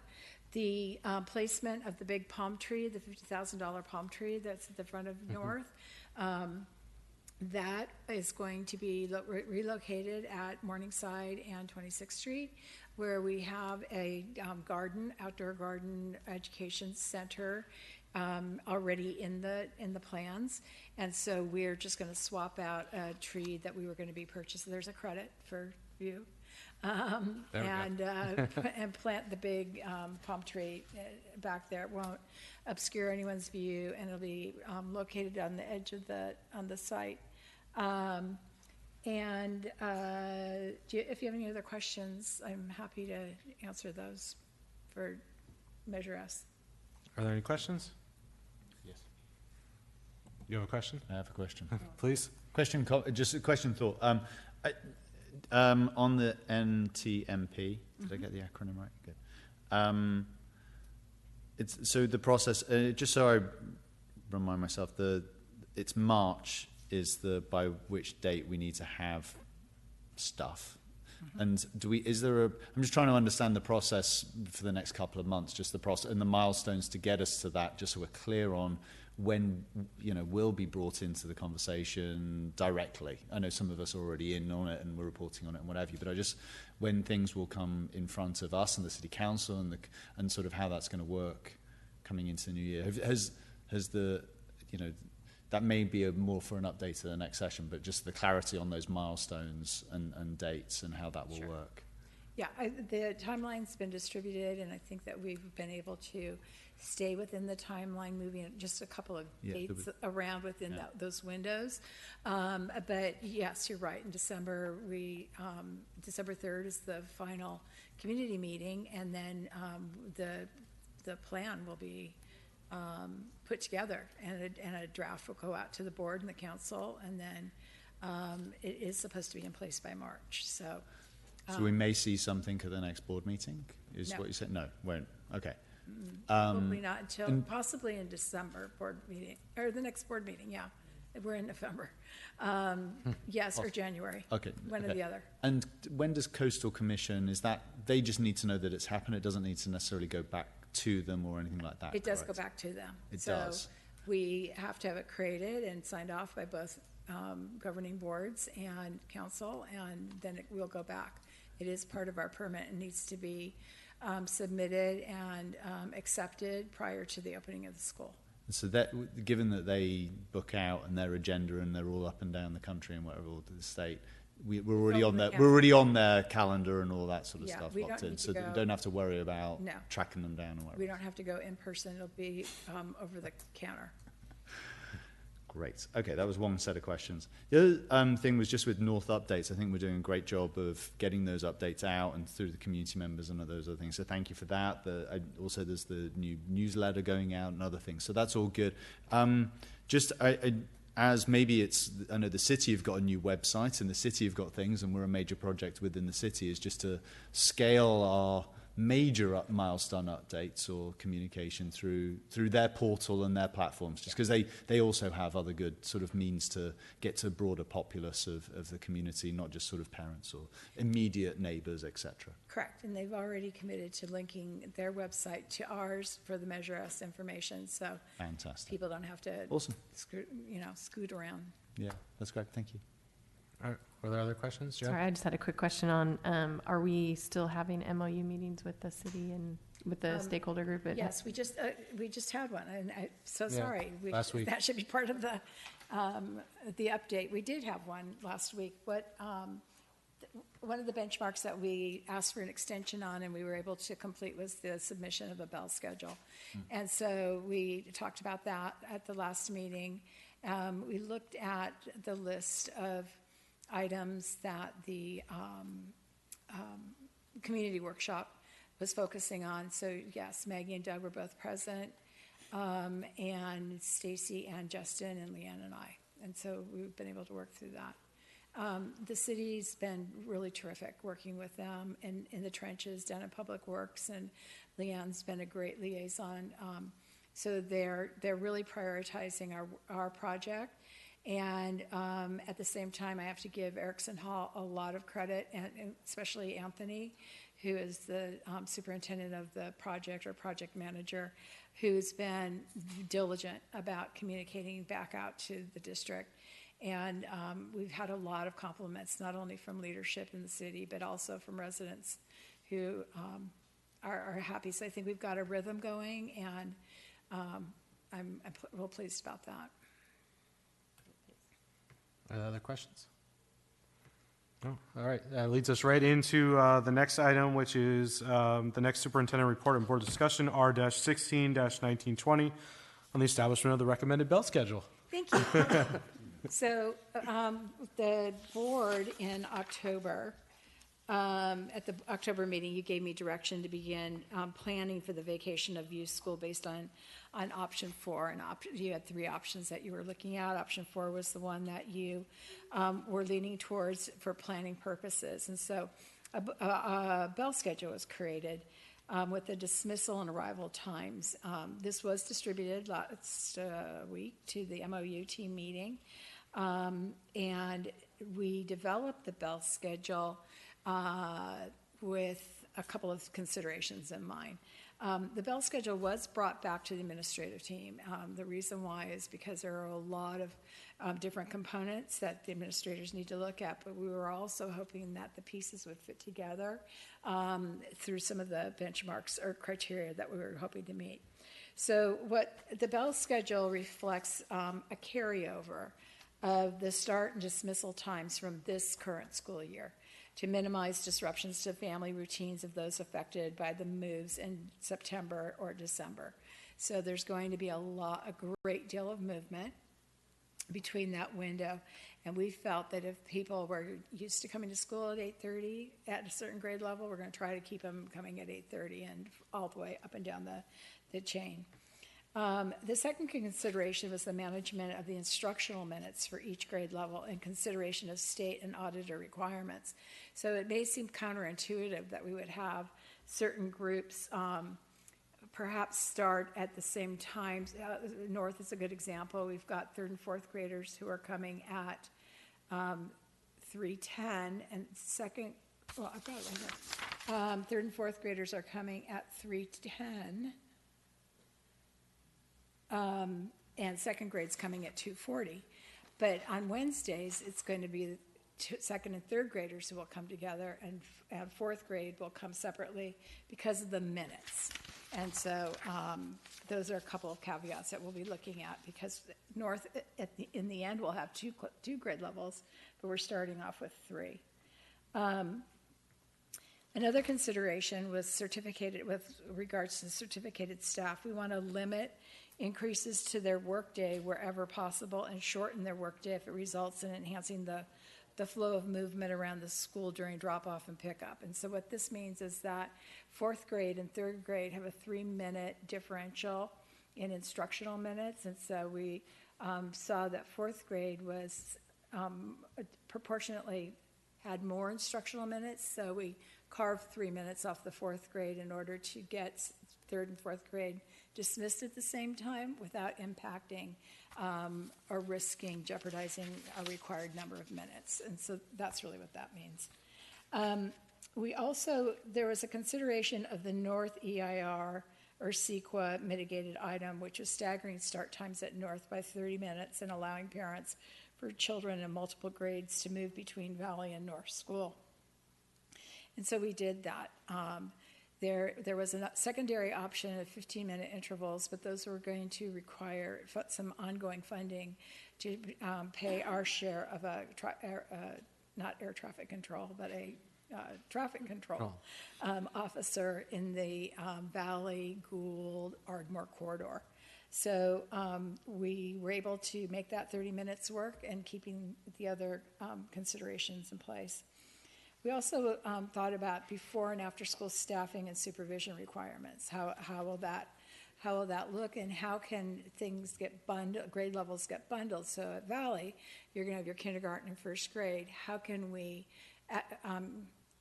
assign and utilize our supervision options for before and after school?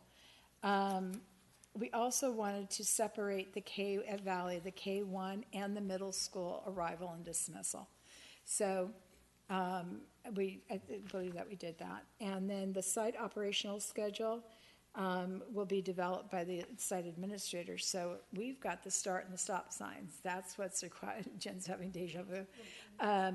The starts and stop times, but that internal day, how are you going to do the lunches? How are you going to do recess? How are you going to get kindergarten out for recess? There's going to be and we know already we're extraordinarily small with regards to our common area and open space. So one of the things that changed from option 4 was that initially we had fourth grade starting off the year in September at Valley and then moving them over to North. But because that would require us to add portables to that precious open space, and because of the fact that we would have well over 1,000 students for 3 months on that campus, the board president made a great suggestion of why don't we move fourth grade up to View, because they were going to have to move anyway within Valley in order to accommodate kindergarten and first grade. So if they have to move anyway, let's move them to View so that second, third, and fourth will all be at View, and that whole group can move over together in December. And if in the event, if God forbid there's some sort of a delay, which I'm sure there will not be, it's still easier to package those groupings. It sort of levels out the number of students at each of the sites, and then it eliminates us having to exceed the 32 classrooms at Valley. And we will just be using 31, and the total number of kids at any given time would be like 800 and 900. Because the kindergartners are only there half day. So it's going to be jam-packed there. So we are going to meet on the 20th with our initial internal moving committee.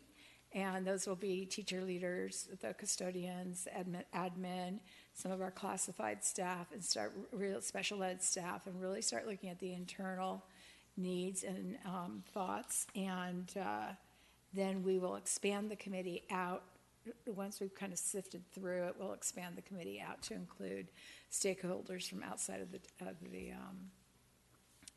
the district.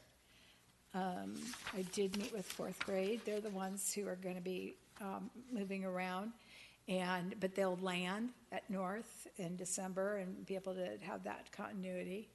And so I was really appreciative of the fact that they gave me the time. I met with Amy, and Ted were there as well. Ted reminded us that he's had experience moving schools in his former job, and he's also had experience with kindergarten, first grade, so there you go. And I reminded him that those were in his interview questions. So if you have any questions, happy to try to answer them for you. Are there any questions? Maggie? Jen? No, just thank you. Good job to the committee to work all those variables. Thank you. It's incredibly challenging. Good job. Yeah, thanks. Stephen? Barb? All right. Thank you. Moving on to the last of the superintendent report and board discussion, R-17-1920 on discussion on filling the Citizens Oversight Committee member vacancies. Thank you and good evening. First of all, I'd like to thank Bill Miller or William Miller for serving on the COC committee for a little over 2 years. Thank you, Bill, for your time and effort that you put into the committee. Unfortunately, he did have to resign, so there is a vacancy. It is a parent vacancy. So the process and application process I'll outline it for you. And for applicants. Prior applicants that meet this criteria that are a parent and have a student in the district, if you have turned your application in prior, if you'd like to be considered for this opening, please email us and we'll put your application in that pot. Applications for newcomers will be posted on the website on Friday, November 15th.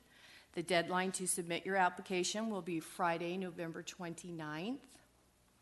And the applications will be processed and shared with the board for review between December 2nd and the 6th. And then the board will appoint a new parent member on December 11th. Thank you. Right. Are there any questions? Maggie? Jen? Nope. Stephen? Barb? All right. Sounds like a plan. Thank you. Thank you. All right, we'll now move on to consent. The superintendent, my notes are correct. You had a comment on one of the items? I do. I would like to, with your approval, pull S1819/20, approval of minutes from the October 9 meeting. I just wanted to make a suggestion for a correction, an addition. I'm okay with that. It's just kind of funny. We had Jen and I always joke about signing the minutes. I was like, can't sign it till you approve it. And look, here we are. Just a point on that, we approved the agenda. Do we need to go back and redo that motion then? Because we approved the agenda without the removal of a consent item. Sure, we can go back and do that. Sorry. So then, going back to the approval of the agenda, we will take out or remove the motion that was done previously. The motion. I'm sorry, I'm listening to both. Sorry, we already did a motion on that, though. We can't go back and the motion on to approve the agenda. Okay, so you're approving the agenda. We've approved the agenda. We didn't do the addition to the minutes. So you could do a motion to approve the consent calendar with the exception of that item. Okay. And then we can bring that item forward and you can take action on it separately. Okay. Scratch that about the agenda. Is then there a motion to approve the consent calendar minus the approval of the minutes, which is item S-18-1920? So moved. Thank you, Stephen. Is there a second? Second. Thank you, Barb. All in favor? Aye. Aye. Motion carries. Moving on to board action. We will start with Superintendent S-20-1920 on updates to board policies and administrative regulations. Will you be coming? Well, they're all leaving. Yeah, quick five. Will you be coming back to that item at the end? For the approval of the minutes? Well, we could either come, I thought that would just come back the next time with whatever the change that you wanted to make Perfect. was. Excellent. So you can make that change and then we can That's great. approve the minutes. Absolutely. Next time for that one and this one. Perfect. We'll do that. Thank you. Yeah. Good thinking. All right. So I'm going to get started on the updates to the board policies, administrative regulations. This is, Yeah, except for the one item. This has been a cycle and a process that we've been really committed to over the last 3 years now. And now more than ever, it's important for us to have board policies that are current and up to date, and we reference them quite a bit. And I think it helps to enhance our decision-making, as we work through some of the challenges that we have before us in school organization. One of the things that there's a new policy, there's some new policies that I want to draw your attention to a couple of things. One is board policy 4119.24/4219.24 as the administrative regs. It's on it's on page 2 of S-2019/20. Towards the top, it says maintaining appropriate adult-student interactions. Most of these policies have been revised, but this is a new policy that came from CSBA. This policy is, I think, critically important. I normally don't call out policies, but this is a new policy that addresses the avoidance of unlawful and inappropriate interactions between staff and students, and an employee's responsibility to report another employee's violation of this policy, disciplinary consequences for staff, referral to law enforcement when appropriate, the requirement to post the code of conduct on school and/or district websites, and examples of conduct that are inappropriate or can create the appearance of impropriety. We will be distributing this board policy to all of our employees to make sure that they're current with the expectations. When you read this policy, it does talk about some of the things. I think it's extremely helpful because with social media and information and access, this really puts down some real specific guidelines through communicating it electronically with students, participating in social networking sites, inviting or accepting requests from students that are to sites that are not based on school business. And then, socialization with students, or spending time outside of school-sponsored events, transporting students in private vehicles. These are all the things that we have been doing, and I believe in our district we've been doing them very well. But it's nice to have this as a reference point, and everyone can really be on the same page. So that is one thing I wanted to draw attention to. The other is, I think there's one other new one. Yes, this is closed session, and these are bylaws for the board. This is BB/E 9321. It's revised, but Exhibit 1 and Exhibit 2 were added. Exhibit 1 added to provide examples of agenda descriptions of closed session items. And it's very restrictive about what you can speak about outside of the public forum. Exhibit 2 adds examples of reports of closed session actions that must be made when the board reconvenes in open session following the closed session. So these are two new policies. Just wanted to bring them to your attention, but our recommendation is that you approve these. Are there any questions for the superintendent? Jen? I just had a question. Do we have an automatic external defibrillator? What? In the athletic competition, section, since we do have, it does ask that the superintendent or designee shall acquire at least one automated external defibrillator. Do we have one at the campus? Okay, great. Just wanted to make sure. And both campuses? I guess we probably don't need one at the... No, only at Valley for the after-school intramural sports. Got it. The gym and the field. And Paula has made arrangements for the essential personnel to be trained and to keep that current. Okay. Stephen? Good. Barb? All right. With that, is there a motion? I move to approve S-20-19/20 updates to board policy/administrative regulations. Thank you, Barb. Is there a second? I second. Thank you, Stephen. All in favor? Aye. Motion carries. Thank you. Moving on to the next board action, business B-48-1920 on resolution number 06:19/20 in support of full-day kindergarten facilities grant program application and associated documents. Paula. Okay, so we're back at the kindergarten funding portion. It is recommended that the Board of Education approve resolution number 6/19/20 in support of the full kindergarten facilities grant program applications and documents. The Hermosa Beach City School District intends to file applications under the full-day kindergarten facilities grant program, and a condition of processing the applications under the full-day kindergarten program is a resolution in support of those applications. The Hermosa Beach School District wishes to submit applications for the following full-day kindergarten facilities grant program. Thank you. Are there any questions for the business manager? Maggie, Jen, Stephen, Barb? All right. With that, is there a motion? I move to approve B-48-19/20 resolution hashtag 06/19-20 or /20 dash in support of the full day kindergarten facilities grant program application and associated documents. Thank you, Jen. Is there a second? I second. Thank you, Stephen. All in favor? Aye. Aye. Motion carries. Thank you.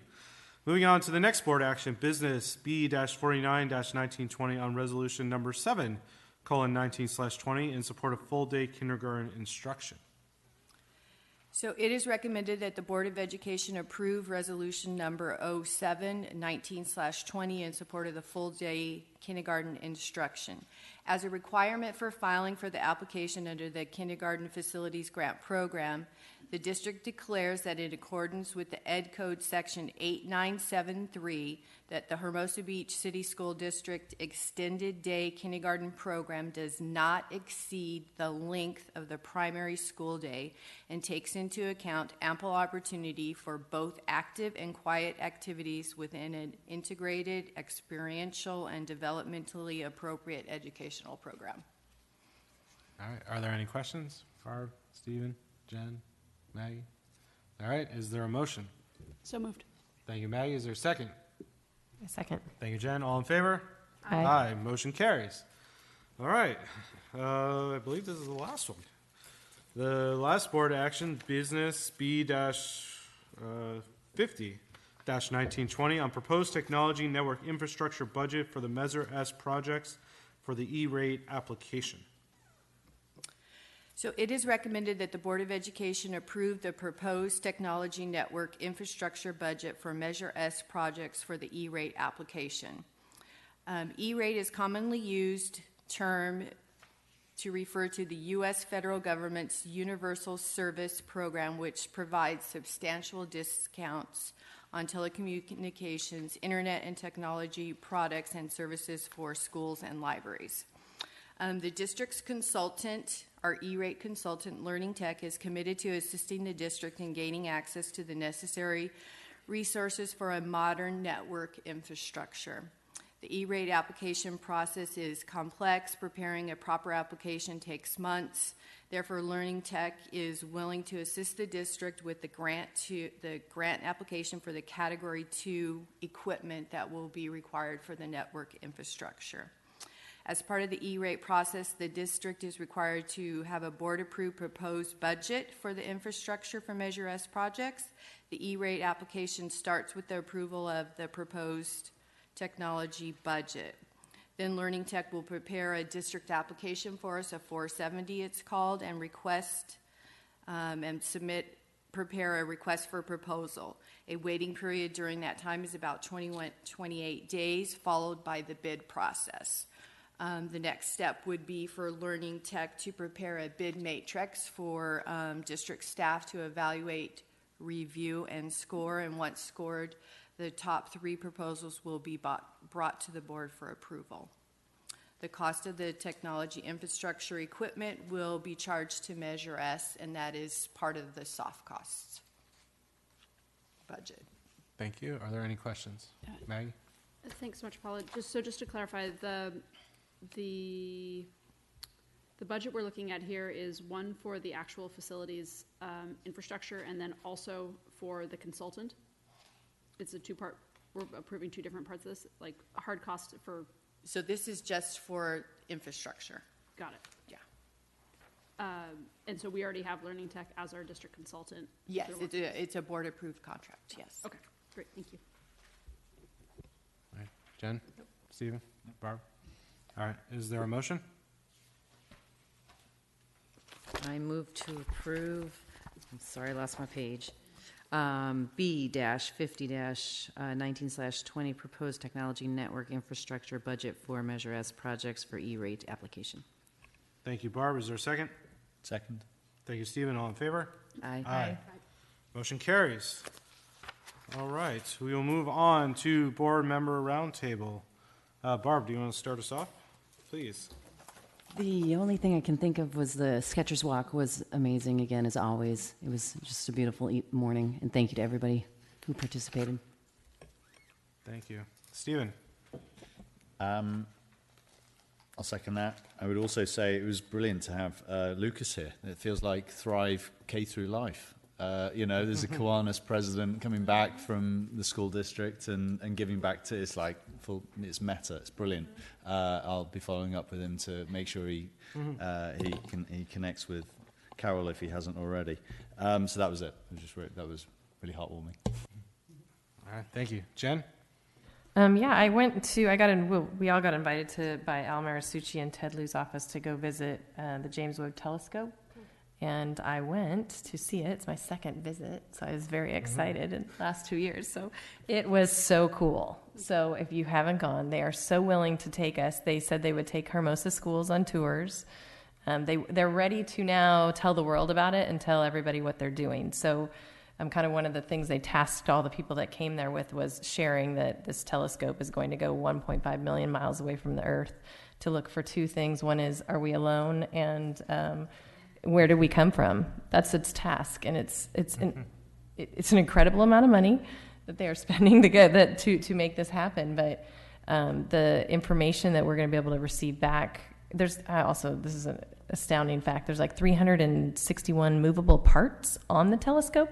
So when they send it out 1.5 million miles away, unlike Hubble, which we could send something up to and repair, there is not a lot of options to repair this. So fingers crossed in March of 2021, I think, when this gets sent out. But it was a really impressive presentation. They have some kind of curriculum that goes with it. There was, I think it was Dana Middle School was there, and they had been prepped ahead of time with their Society of Women Engineers and their robotics classes that were there that were asking, next level questions. So it was very inspiring, both the student-wise and just to get that kind of potential programming, the opportunity to go see it. It's right in our backyard. It is literally on, where is it? It's on Marine Avenue, just hanging out there, and just going to go 1.5 million miles away from the Earth to see if there's aliens out there, and that is really what they say. So it's very cool. So I'm excited to connect everybody to see if we can get students to go see it. All right, thank you. Maggie? Feels very next-gen science standard. Yeah. One, a happy Thanksgiving to the district and all the teachers and staff for that coming up. And then second, just to close the loop on where we are with next steps off of the board discussion for the cost, just wanted to clarify from the soup what we're getting out of that discussion in terms of, are we doing the walking tour? Are we getting a new comparison chart?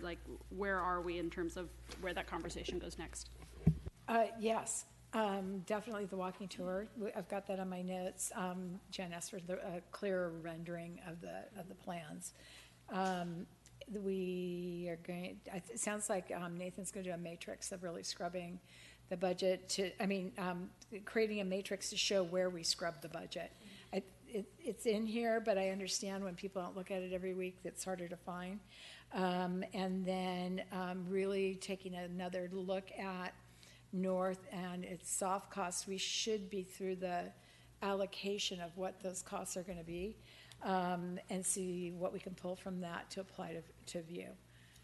Thank you. And then I would just request if we could get an impact chart that looks at total time, total classrooms, total parking, impact on the district office, impact on, and I can send this to you in an email. Yeah. Impact on, I did send it to you in an email. Impact on the Valley School, impact on the Valley School site. So like, what if we went with option A, and if we could use similar language on option A, B, C instead of B1, whatever it is, so we can get everything on a piece of paper to really be able to analyze it. Yeah, and I know that, this is a huge decision for the board, and I understand that this was the purpose of tonight's meeting was informational, so that if there's anything else that you could think of, and you want to email me outside of the meeting, then I can move that forward for you. And we've got Christmas vacation coming, winter vacation coming up, Thanksgiving vacation coming up, so there's not a lot of room between now and the next board meeting. So if you can send those to me right away, and Matt and you really helped Matt and Nathan start pulling those things together too, because they weren't sure which way to, what information was going to be meaningful to you. So no, I think we have a better idea. Dan, did you have No, I was gonna hope to see maybe the big, like a outline of like, okay, this is the funding, this is what we spent for North Valley View, and what our wish lists were, so we can know what we're going to be giving up at Valley if we are going to go with Plan B, 2B. Yeah, it's really hard for me to analyze it, knowing what I just don't know what we wanted to have that we may not have. Right, and in fairness, 4 of you weren't part of these conversations, and so that's a very unique position for a board to be in. And so I appreciate the reminders to circle back around and making sure that we're bringing all of you. I just assume that you know from osmosis living here all these things that have been talked about, but we can definitely dust those off and bring them forward and do that. Mary, you good? So for mine, I didn't know where this would quite fit in the meeting, but for those who are here and those who are watching on TV, the 5 of us have these, which are bricks from the North School that the district has salvaged from the demolition. So there are 5 of these up here. There, I don't know how many more sitting in the district office. There are a lot of people who I've thanked many times in my 2 years sitting up here, who are responsible is the wrong word, but who lent a hand to make this happen. And I know that many of you would like a memento or a brick or something like that, and so I know the district is putting together some kind of way for those to be gotten or handed out. So keep your eyes open for that. Because it is a nice touch for all the hard work that everyone has been through, to kind of remember where we've been and where we are going. So keep an eye out for that. I know there's a number of other things that have been salvaged. Now my hands are filthy, as well, that will be held on by the district or given to the Historical Society, as much as we can honor the history of North School and the pieces of that. We are definitely trying to do, even though now you drive by 25th Street and there's a pit. Annie Dwyer does not live in it, as I've joked forever, or not forever, the last couple weeks. It is gone, but there are mementos like this, so that is a big step to have. And with that, I wish everybody a happy Thanksgiving coming up as well. Happy and healthy Thanksgiving. And with that, is there a motion to adjourn the meeting? So moved. Thank you, Jen. Is there a second? Second. Thank you, Maggie. All in favor? Aye. Aye. Meeting